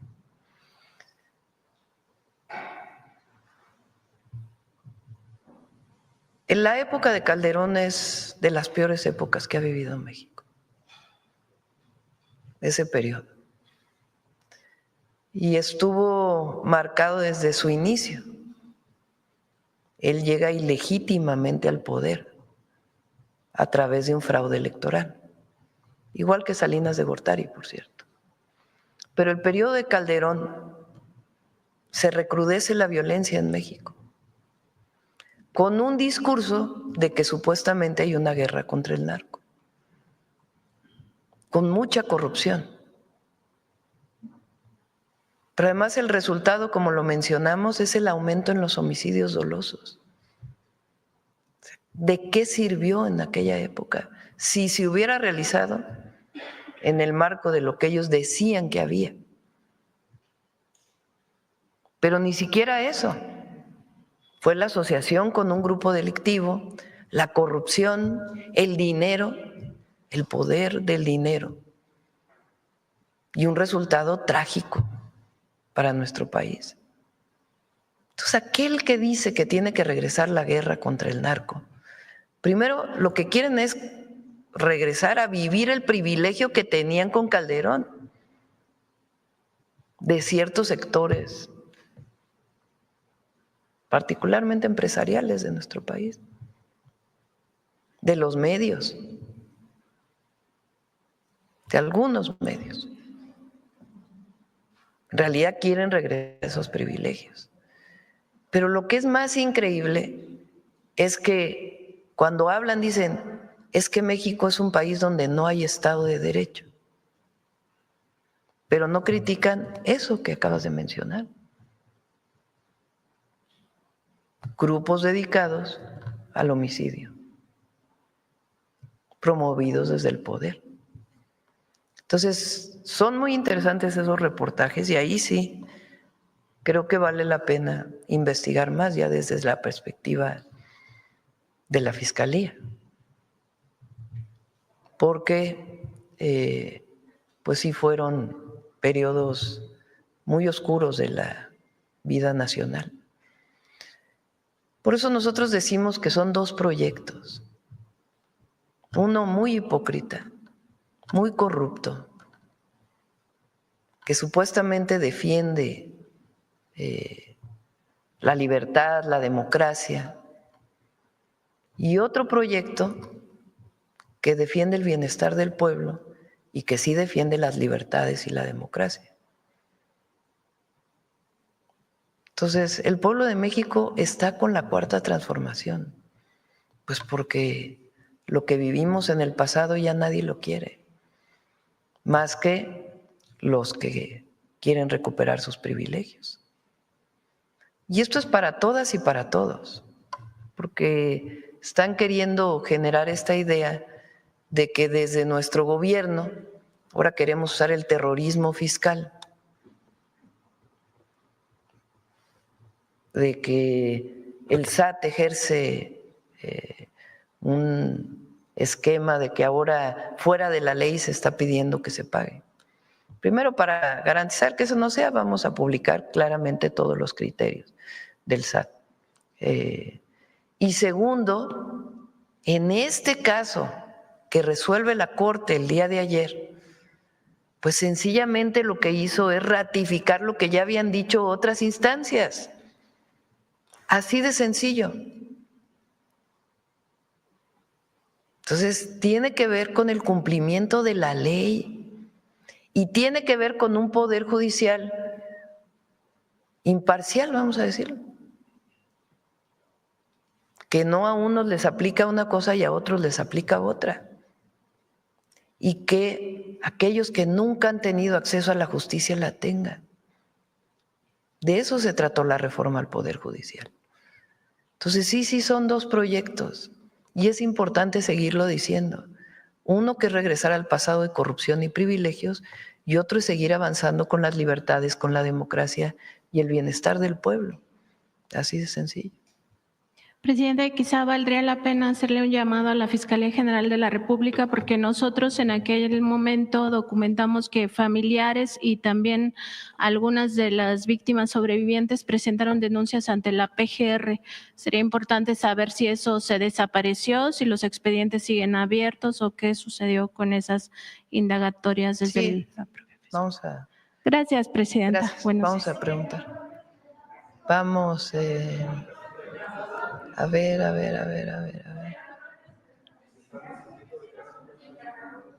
Vamos a ver. A ver, la compañera allá atrás que no pregunta. Sí, ya vamos contigo, Reina. Buenos días, Presidenta. Yanara Alcántar, del Laboratorio de Periodismo y Opinión Pública de Guanajuato. Presidenta, su gobierno ha impulsado diversas medidas para reducir el consumo de bebidas azucaradas, y en PopLab publicamos una investigación en la que documentamos que las caravanas navideñas de Coca-Cola representan un costo significativo para los municipios, pues pueden o deben proveer servicios de limpieza, seguridad, tránsito, ambulancias, entre otros aspectos. De acuerdo con la información que se obtuvo, el gasto total para los gobiernos locales supera los 2.3 millones de pesos, mientras que las refresqueras solo pagaron alrededor de 3,400 pesos por los permisos. Además, este evento podría funcionar como una forma indirecta de publicitar productos con sellos, lo cual está restringido por la ley, lo que se agrava debido a que el público objetivo de estos eventos son las familias y particularmente las infancias. En este contexto y considerando el compromiso reciente de las empresas refresqueras para reducir su impacto en la salud pública, ¿qué mensaje les enviaría su gobierno respecto a continuar con estos eventos? Y por otro lado, ¿qué orientación le daría a las autoridades municipales que priorizan este tipo de eventos sobre la promoción de la salud y el interés superior de la infancia? ¿Cómo dices? ¿Caravanas? Sí, de las caravanas navideñas de Coca-Cola. Pues vamos a informarnos bien para ver qué, y con gusto lo comentamos aquí. Gracias. Y bueno, lo que sí es que ayer que fui a la secundaria, cada vez que voy a una escuela salen cartelitos, ¿no? Claudia, regresa los dulces a las escuelas. Es la mayor demanda. Claudia, por favor, regresa los dulces. Y ayer les dije, perdón, en esta ocasión tengo que ser mamá, tía o como lo quieran ver, pero el exceso del consumo de azúcar hace mucho daño, y particularmente los azúcares. Ahora vamos a presentar pronto, recuerdan que se hizo una encuesta del programa Salud Casa por Casa, de las personas que tienen diabetes, hipertensión, es muy alto. Y después el número de niños y niñas que también se están analizando con el programa de Vive Feliz o Vive Saludable, Vive Feliz, también es muy alto. El principio de obesidad y diabetes también. Entonces, es una acción preventiva. Entonces, nadie prohíbe que se consuma una bebida azucarada, sino sencillamente, pues, informar de lo que significa el abuso de este tipo de alimento, o si es que se puede considerar alimento. Sí, de ese mismo tema, Presidenta, por otro lado, recientemente la Agencia Mexicana de Cooperación Internacional para el Desarrollo y la Secretaría de Turismo anunciaron en sus redes sociales acuerdos de colaboración con embotelladoras de Coca-Cola para participar en programas impulsados por la compañía. ¿Considera que ese tipo de alianzas son necesarias, tomando en cuenta que podrían percibirse como una forma de promoción comercial o incluso representar un posible conflicto con las políticas de salud pública de su gobierno? Pues tendría que revisarse bajo qué condiciones. Gracias. Y en otro tema, Presidenta, sobre el acueducto de Solís León, se han presentado protestas de usuarios de módulos de riego del Distrito 11 al que surte la presa Solís en Acámbaro, en Guanajuato. Ciudadanos y productores han criticado el hecho de que muchas comunidades tienen carencias históricas de financiamiento público para atender sus rezagos, incluyendo el suministro de agua, y ahora se plantea llevar el líquido, pues el agua a otras ciudades del estado que han sido pues más favorecidas. Se quejan también de que los acuerdos firmados hasta ahora para disponer del agua de la presa y para realizar la tecnificación de riego. No han bajado de las dirigencias de los módulos de riego, muchos de los cuales se encuentran en manos de caciques, ¿no?, que tienen décadas en los puestos directivos. Y justo hace un par de semanas en Acámbaro se destituyó una dirigencia con 32 años al frente del módulo local de riego. Presidenta, Conagua ya inició una campaña de información a los productores y a los habitantes de los municipios aledaños a la presa, y quisiéramos conocer su mensaje a la población de la zona y si es posible pensar que además de la obra se pudiese apoyar el desarrollo de una región al sur de Guanajuato que ha padecido una desigualdad histórica en cuanto a inversión pública, fomento de la inversión privada y dotación de servicios.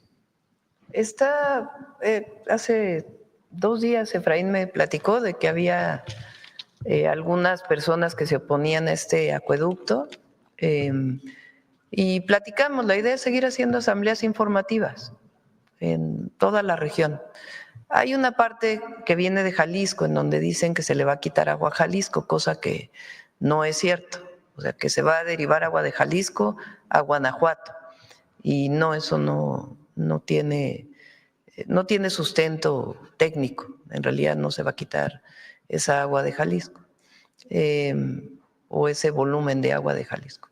Entonces, hay asambleas y se va a seguir informando.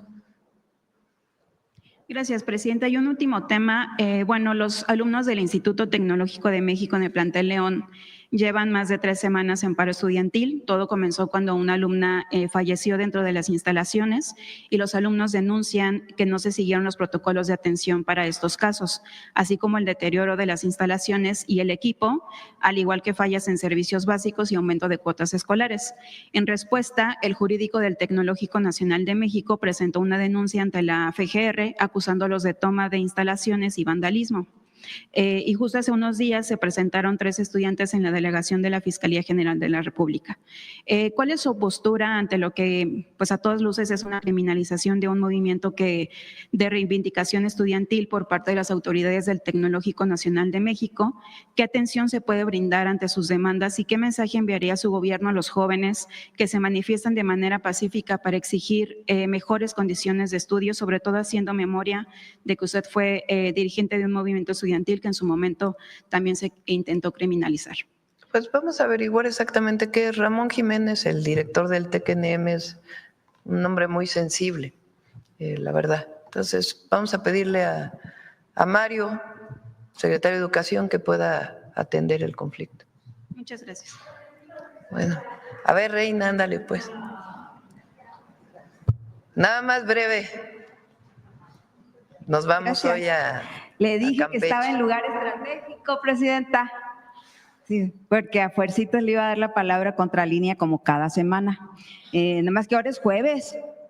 Es viernes.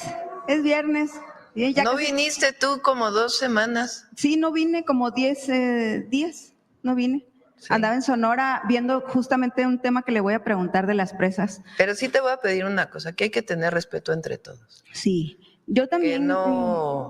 Aquí no hay favoritismo de nadie, aquí hay… Sí hay, Presidenta. Reina, ¿cuántas veces te hemos dado la palabra? Uy, pues ahorita ya llevo como 4 o 6. Entonces, vamos a hacer una cosa. Año. Pero bueno. Aquí entre todos, porque también te corresponde a ti. Hay que respetarnos entre todos. Exactamente. Entonces, también no es un asunto aquí de que si le dimos la palabra a una persona o a otra.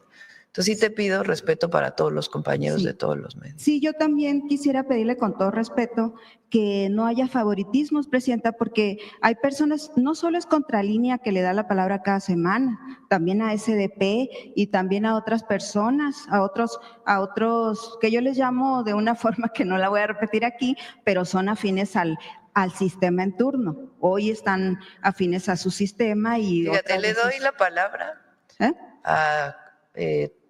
los medios, digamos, tradicionales, vamos a ponerlo así, escritos. Quien pregunta de radio, también le doy la palabra. Quien pregunta de televisión, también se le da la palabra. Hay una televisora que no quiere venir. Sí, pero por afines no me refiero nada más a los youtubers. Y también le damos la palabra a medios alternativos. Claro. Y le damos la palabra a compañeros que tienen sus canales de YouTube o de otras redes sociales.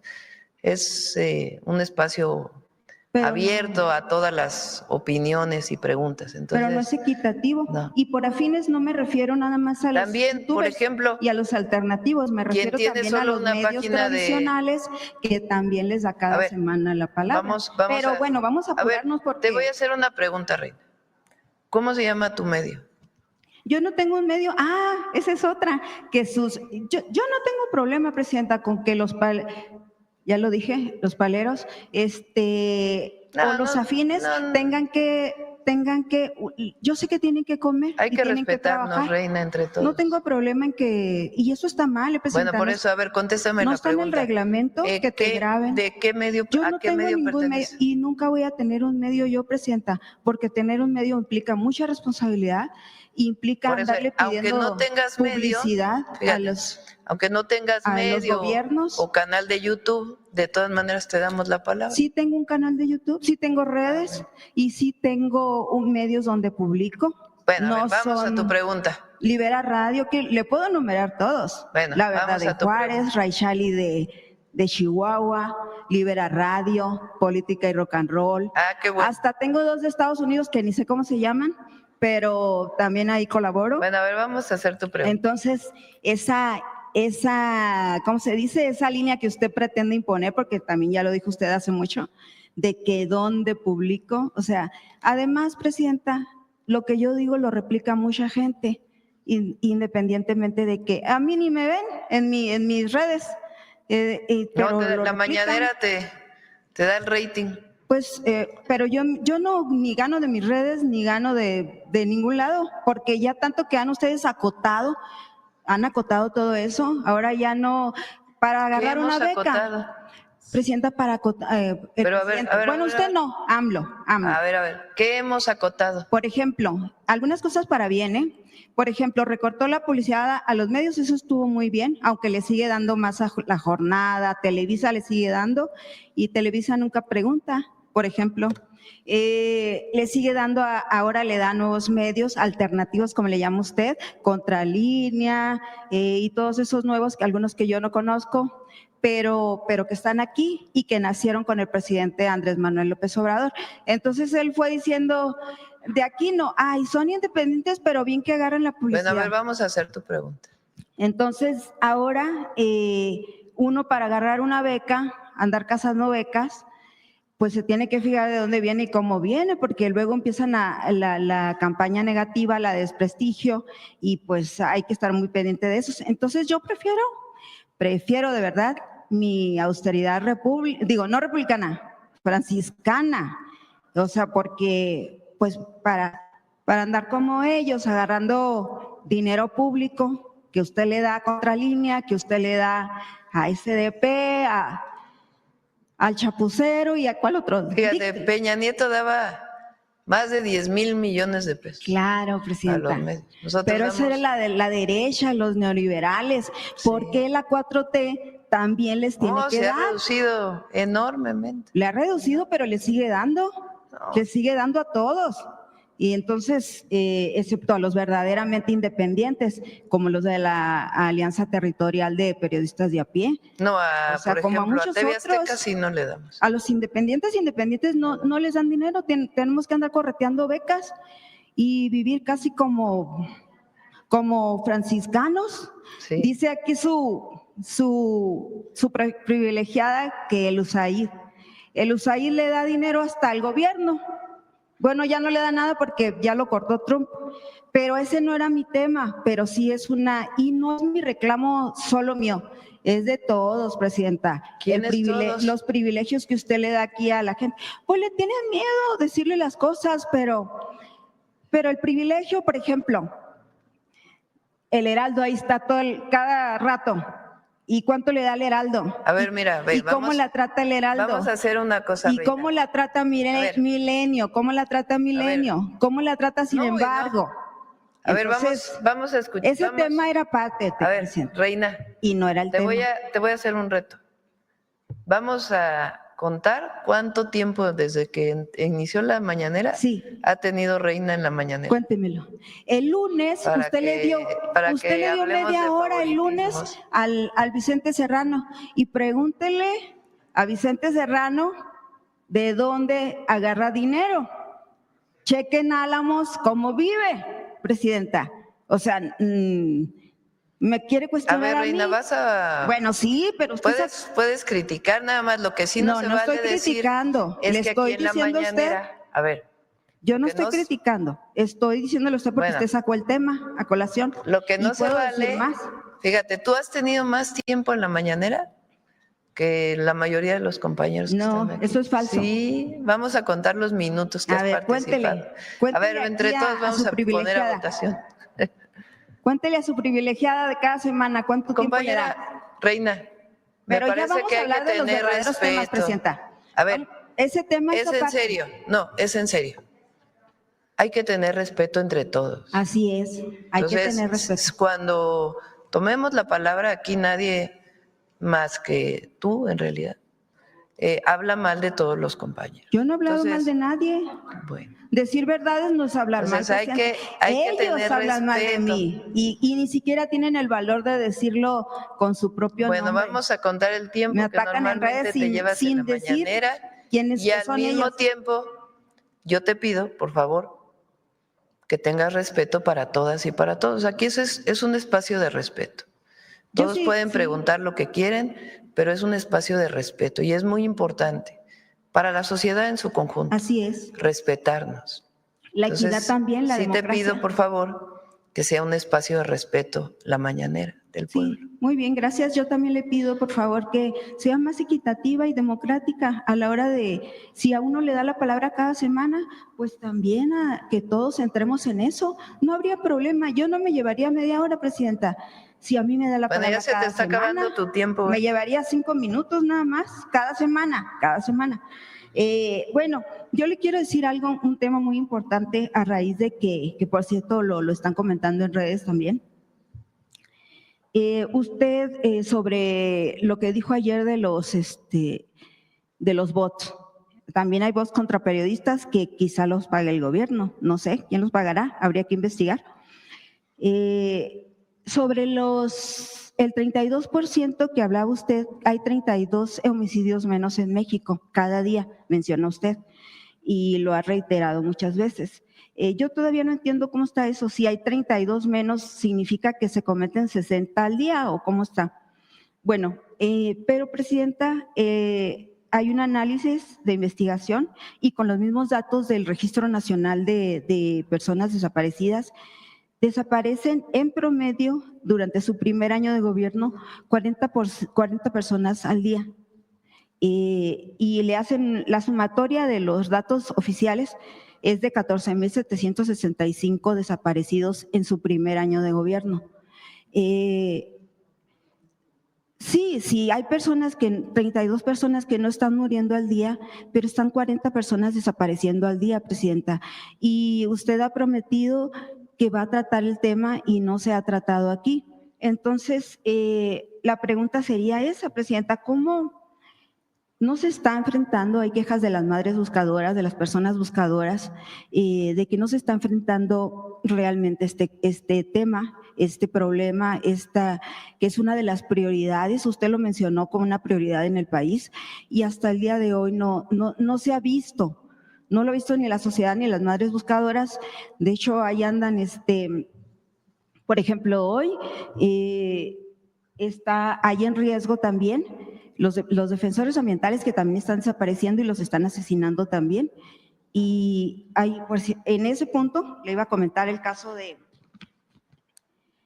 Carlos González García, un abogado defensor que dice una diputada, ¿cómo se llama la diputada? Local.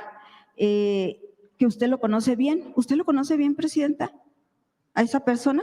Carlos González García, ¿de dónde? Sí, es un abogado que está es defensor de derechos humanos. Y hay una diputada local, que de momento se me fue el nombre, que dice que él está alzando a las personas, ¿cómo se dice? Incitando a las personas a que se levanten en milpa alta por un problema que tienen ahí con el gobierno. Entonces dice que es un movimiento contra usted, ella dice, y eso no es el problema es que pone en riesgo a esta persona, porque de por sí ya ve la inseguridad como está en el país, y que un funcionario público venga y te acuse de que tú estás incitando al pueblo a X o Y cosa, a levantarse, pues es algo muy grave. Esta persona está en riesgo y no mide la diputada sus palabras, presidenta. O sea, sería, esta persona en cualquier momento le pueden desaparecer, le pueden asesinar. Y bueno, contésteme por favor lo de los, ¿qué pasa con los desaparecidos en México, presidenta? Hubo un cambio en la ley.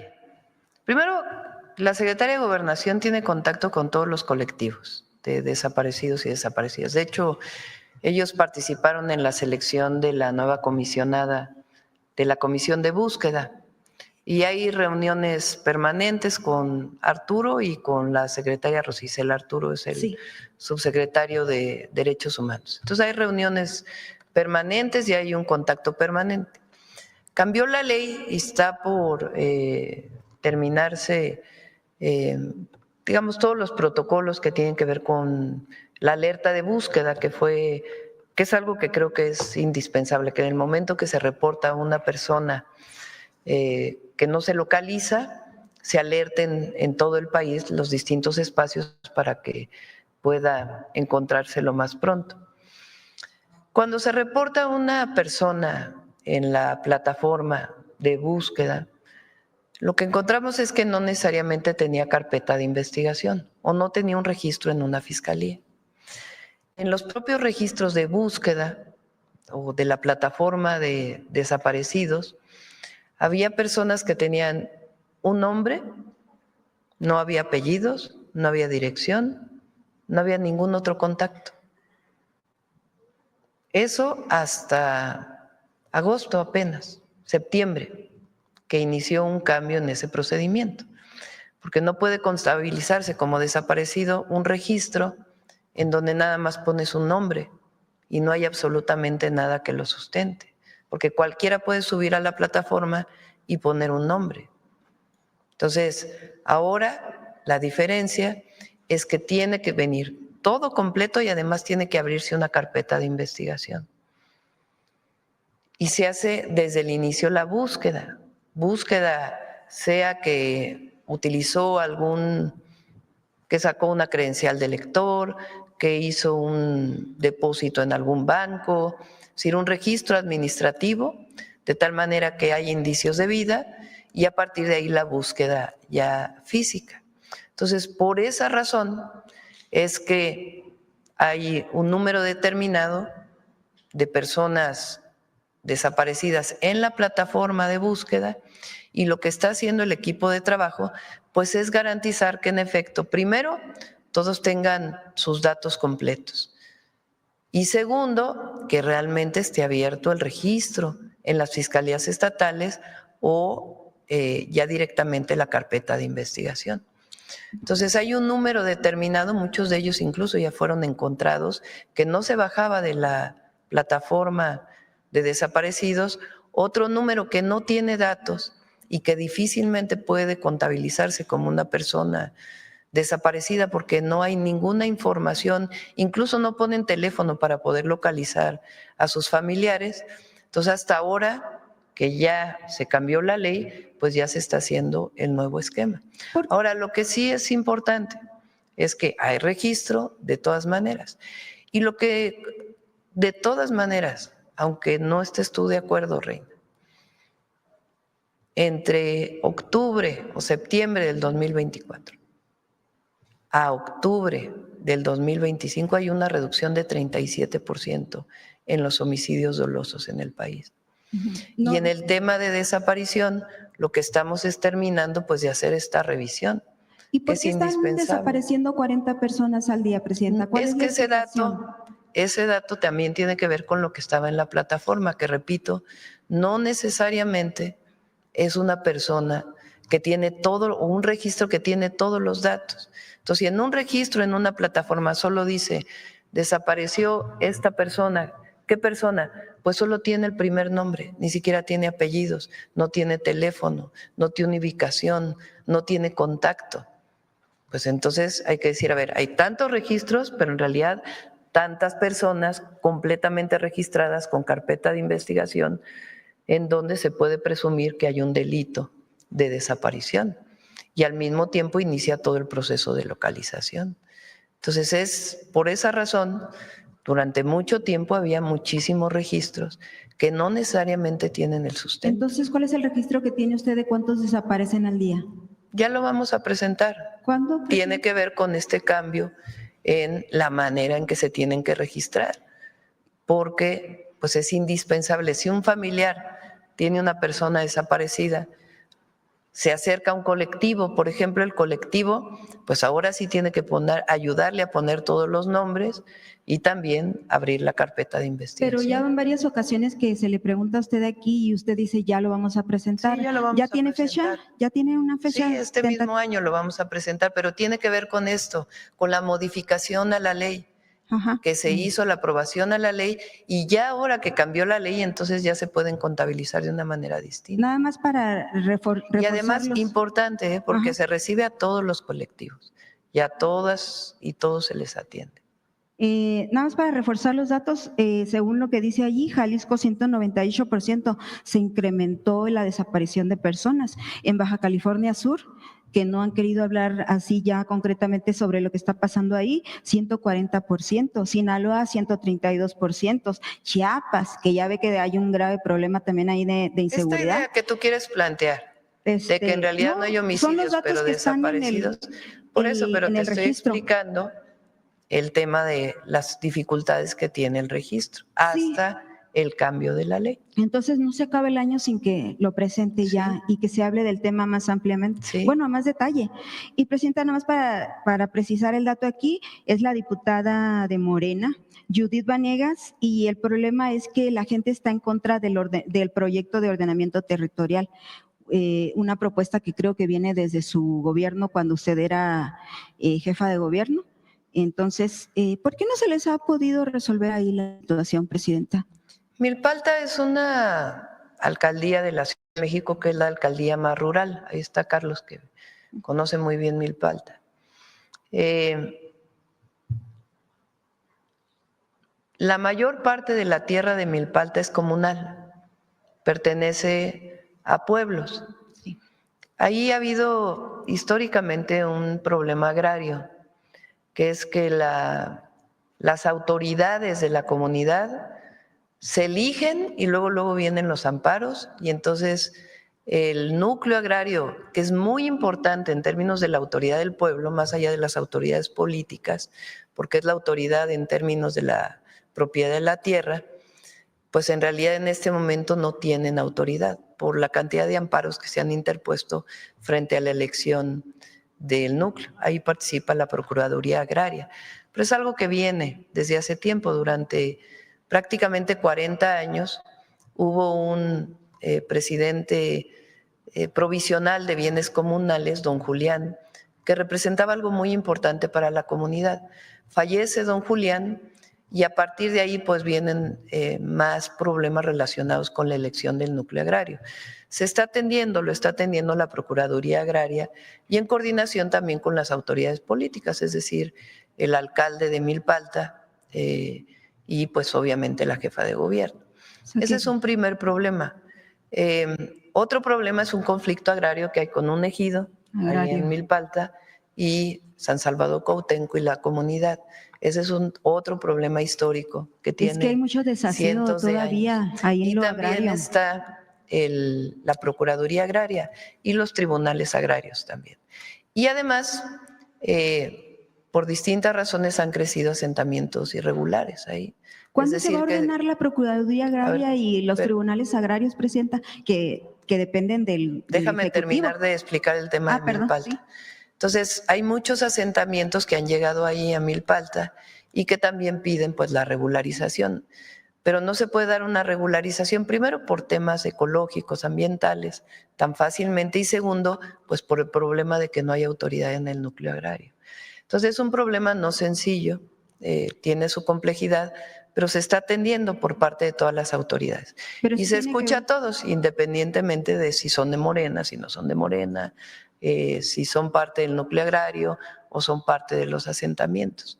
y tienen pues muchos usos y costumbres. Es la alcaldía donde más pueblos indígenas todavía existen. ¿Cómo va el ordenamiento? Entonces esa es la complejidad de Milpalta y se está atendiendo junto con la jefa de gobierno y a esta persona, este abogado que dices, pues vamos a buscarlo también para poderlo escuchar. Gracias. ¿Y cómo va el ordenamiento, presidenta, de los tribunales agrarios que dependen de usted, la limpia? Pues ahí para sí, que sean más lo han éticos. preguntado aquí varias veces y es un tema ahí pendiente. Que está pendiente. También de resolver. Presidenta, nada más para cerrar el tema de las presas. Sí, anduve allí en Sonora recorriendo el río Sonora.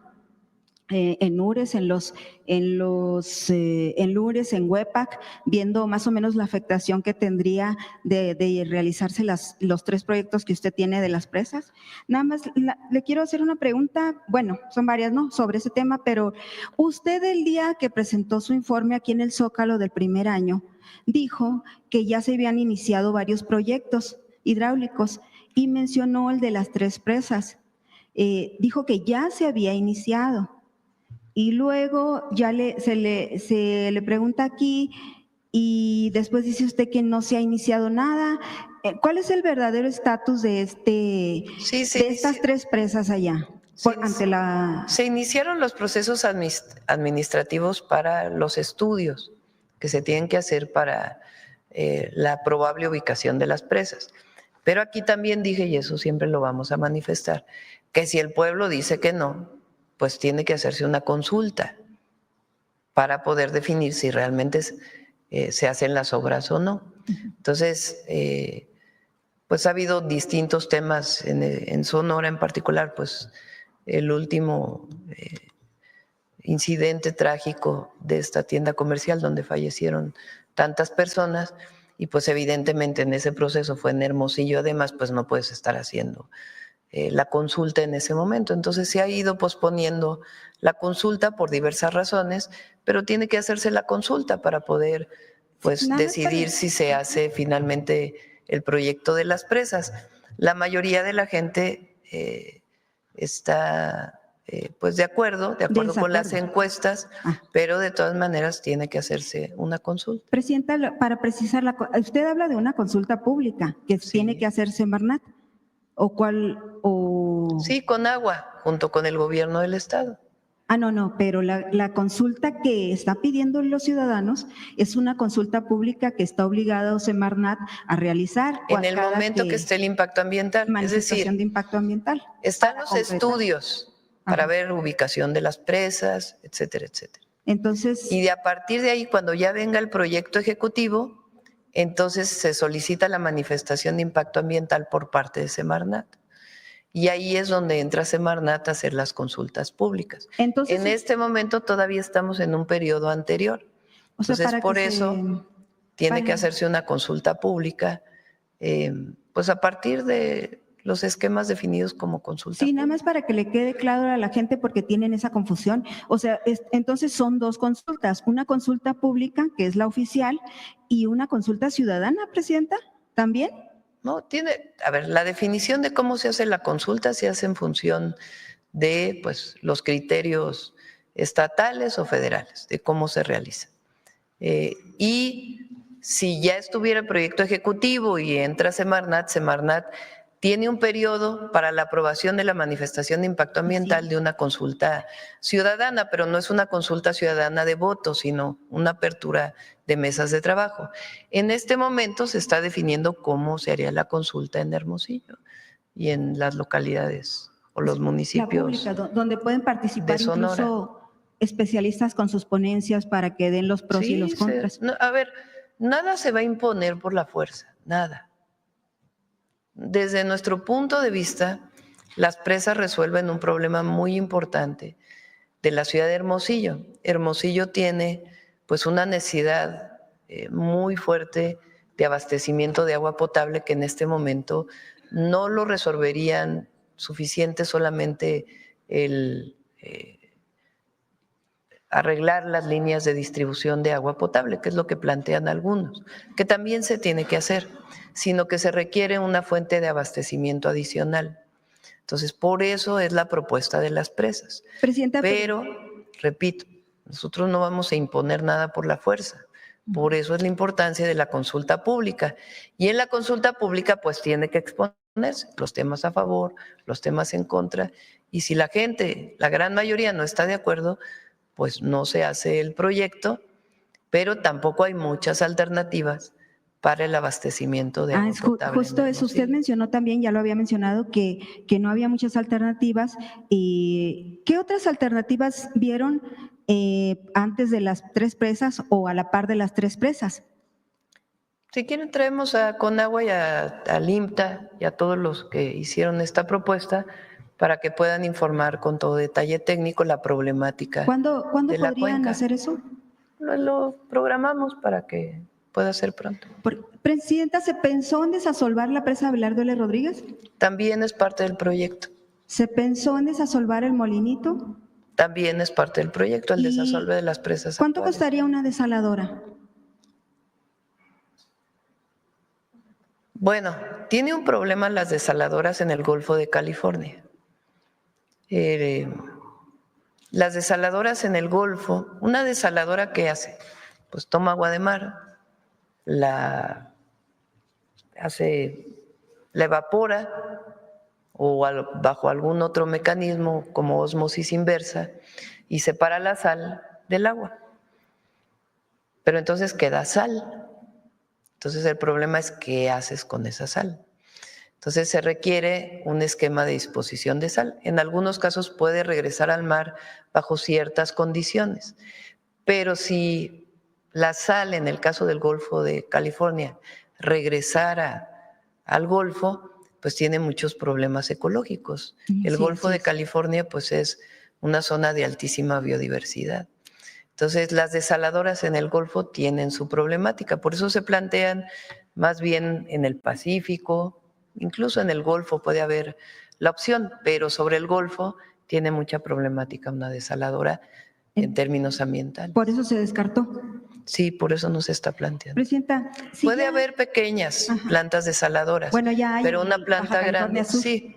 Hay pequeñas que no tienen impactos ambientales graves sobre la biodiversidad, pero una gran planta desaladora en el Golfo, pues tendría que hacerse un estudio mucho más profundo por el impacto que pudiera tener en la biodiversidad. Presidenta, si ya hay 2 presas en el río Sonora, ¿por qué quiere construir otras 3? Se necesita. Están vacías, ¿eh? Están vacías las que están.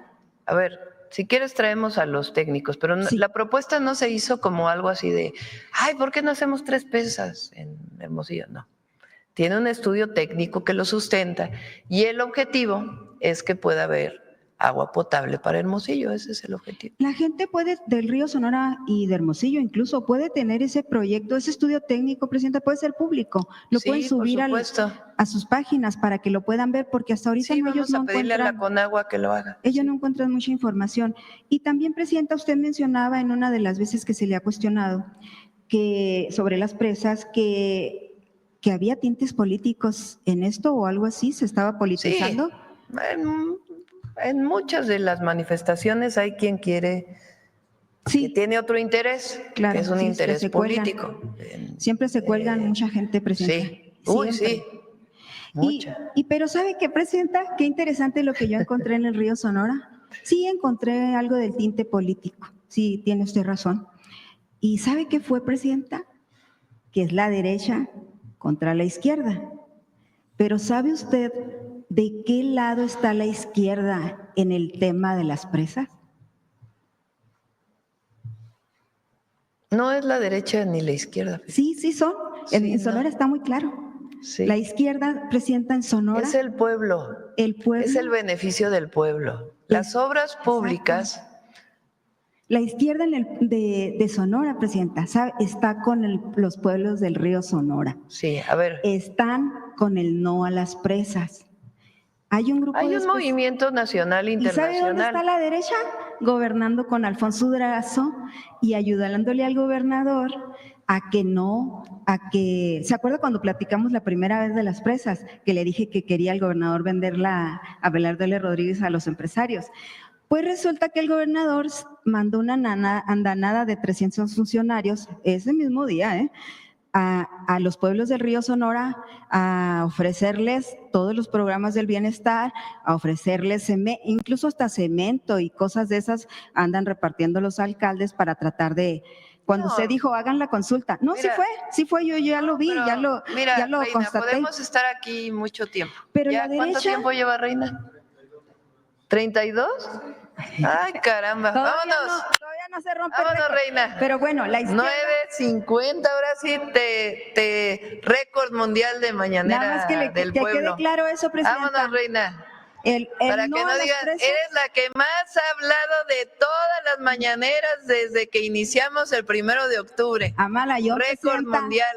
Hágame la buena. Reina. Voy a hablar menos si me da la palabra cada semana. Pero la izquierda en Sonora está con el lunes. No a las presas, está con el Ya pueblo. llevas 30 minutos. Fíjate. Y la derecha, por ejemplo, Célida López, derecha. Son obras para el pueblo y el pueblo decide. Aquí no es ni izquierda ni derecha. Vámonos. Gracias. El lunes sí hay conferencia. Nos vemos la próxima semana. Lunes, 7:30. Suave patria.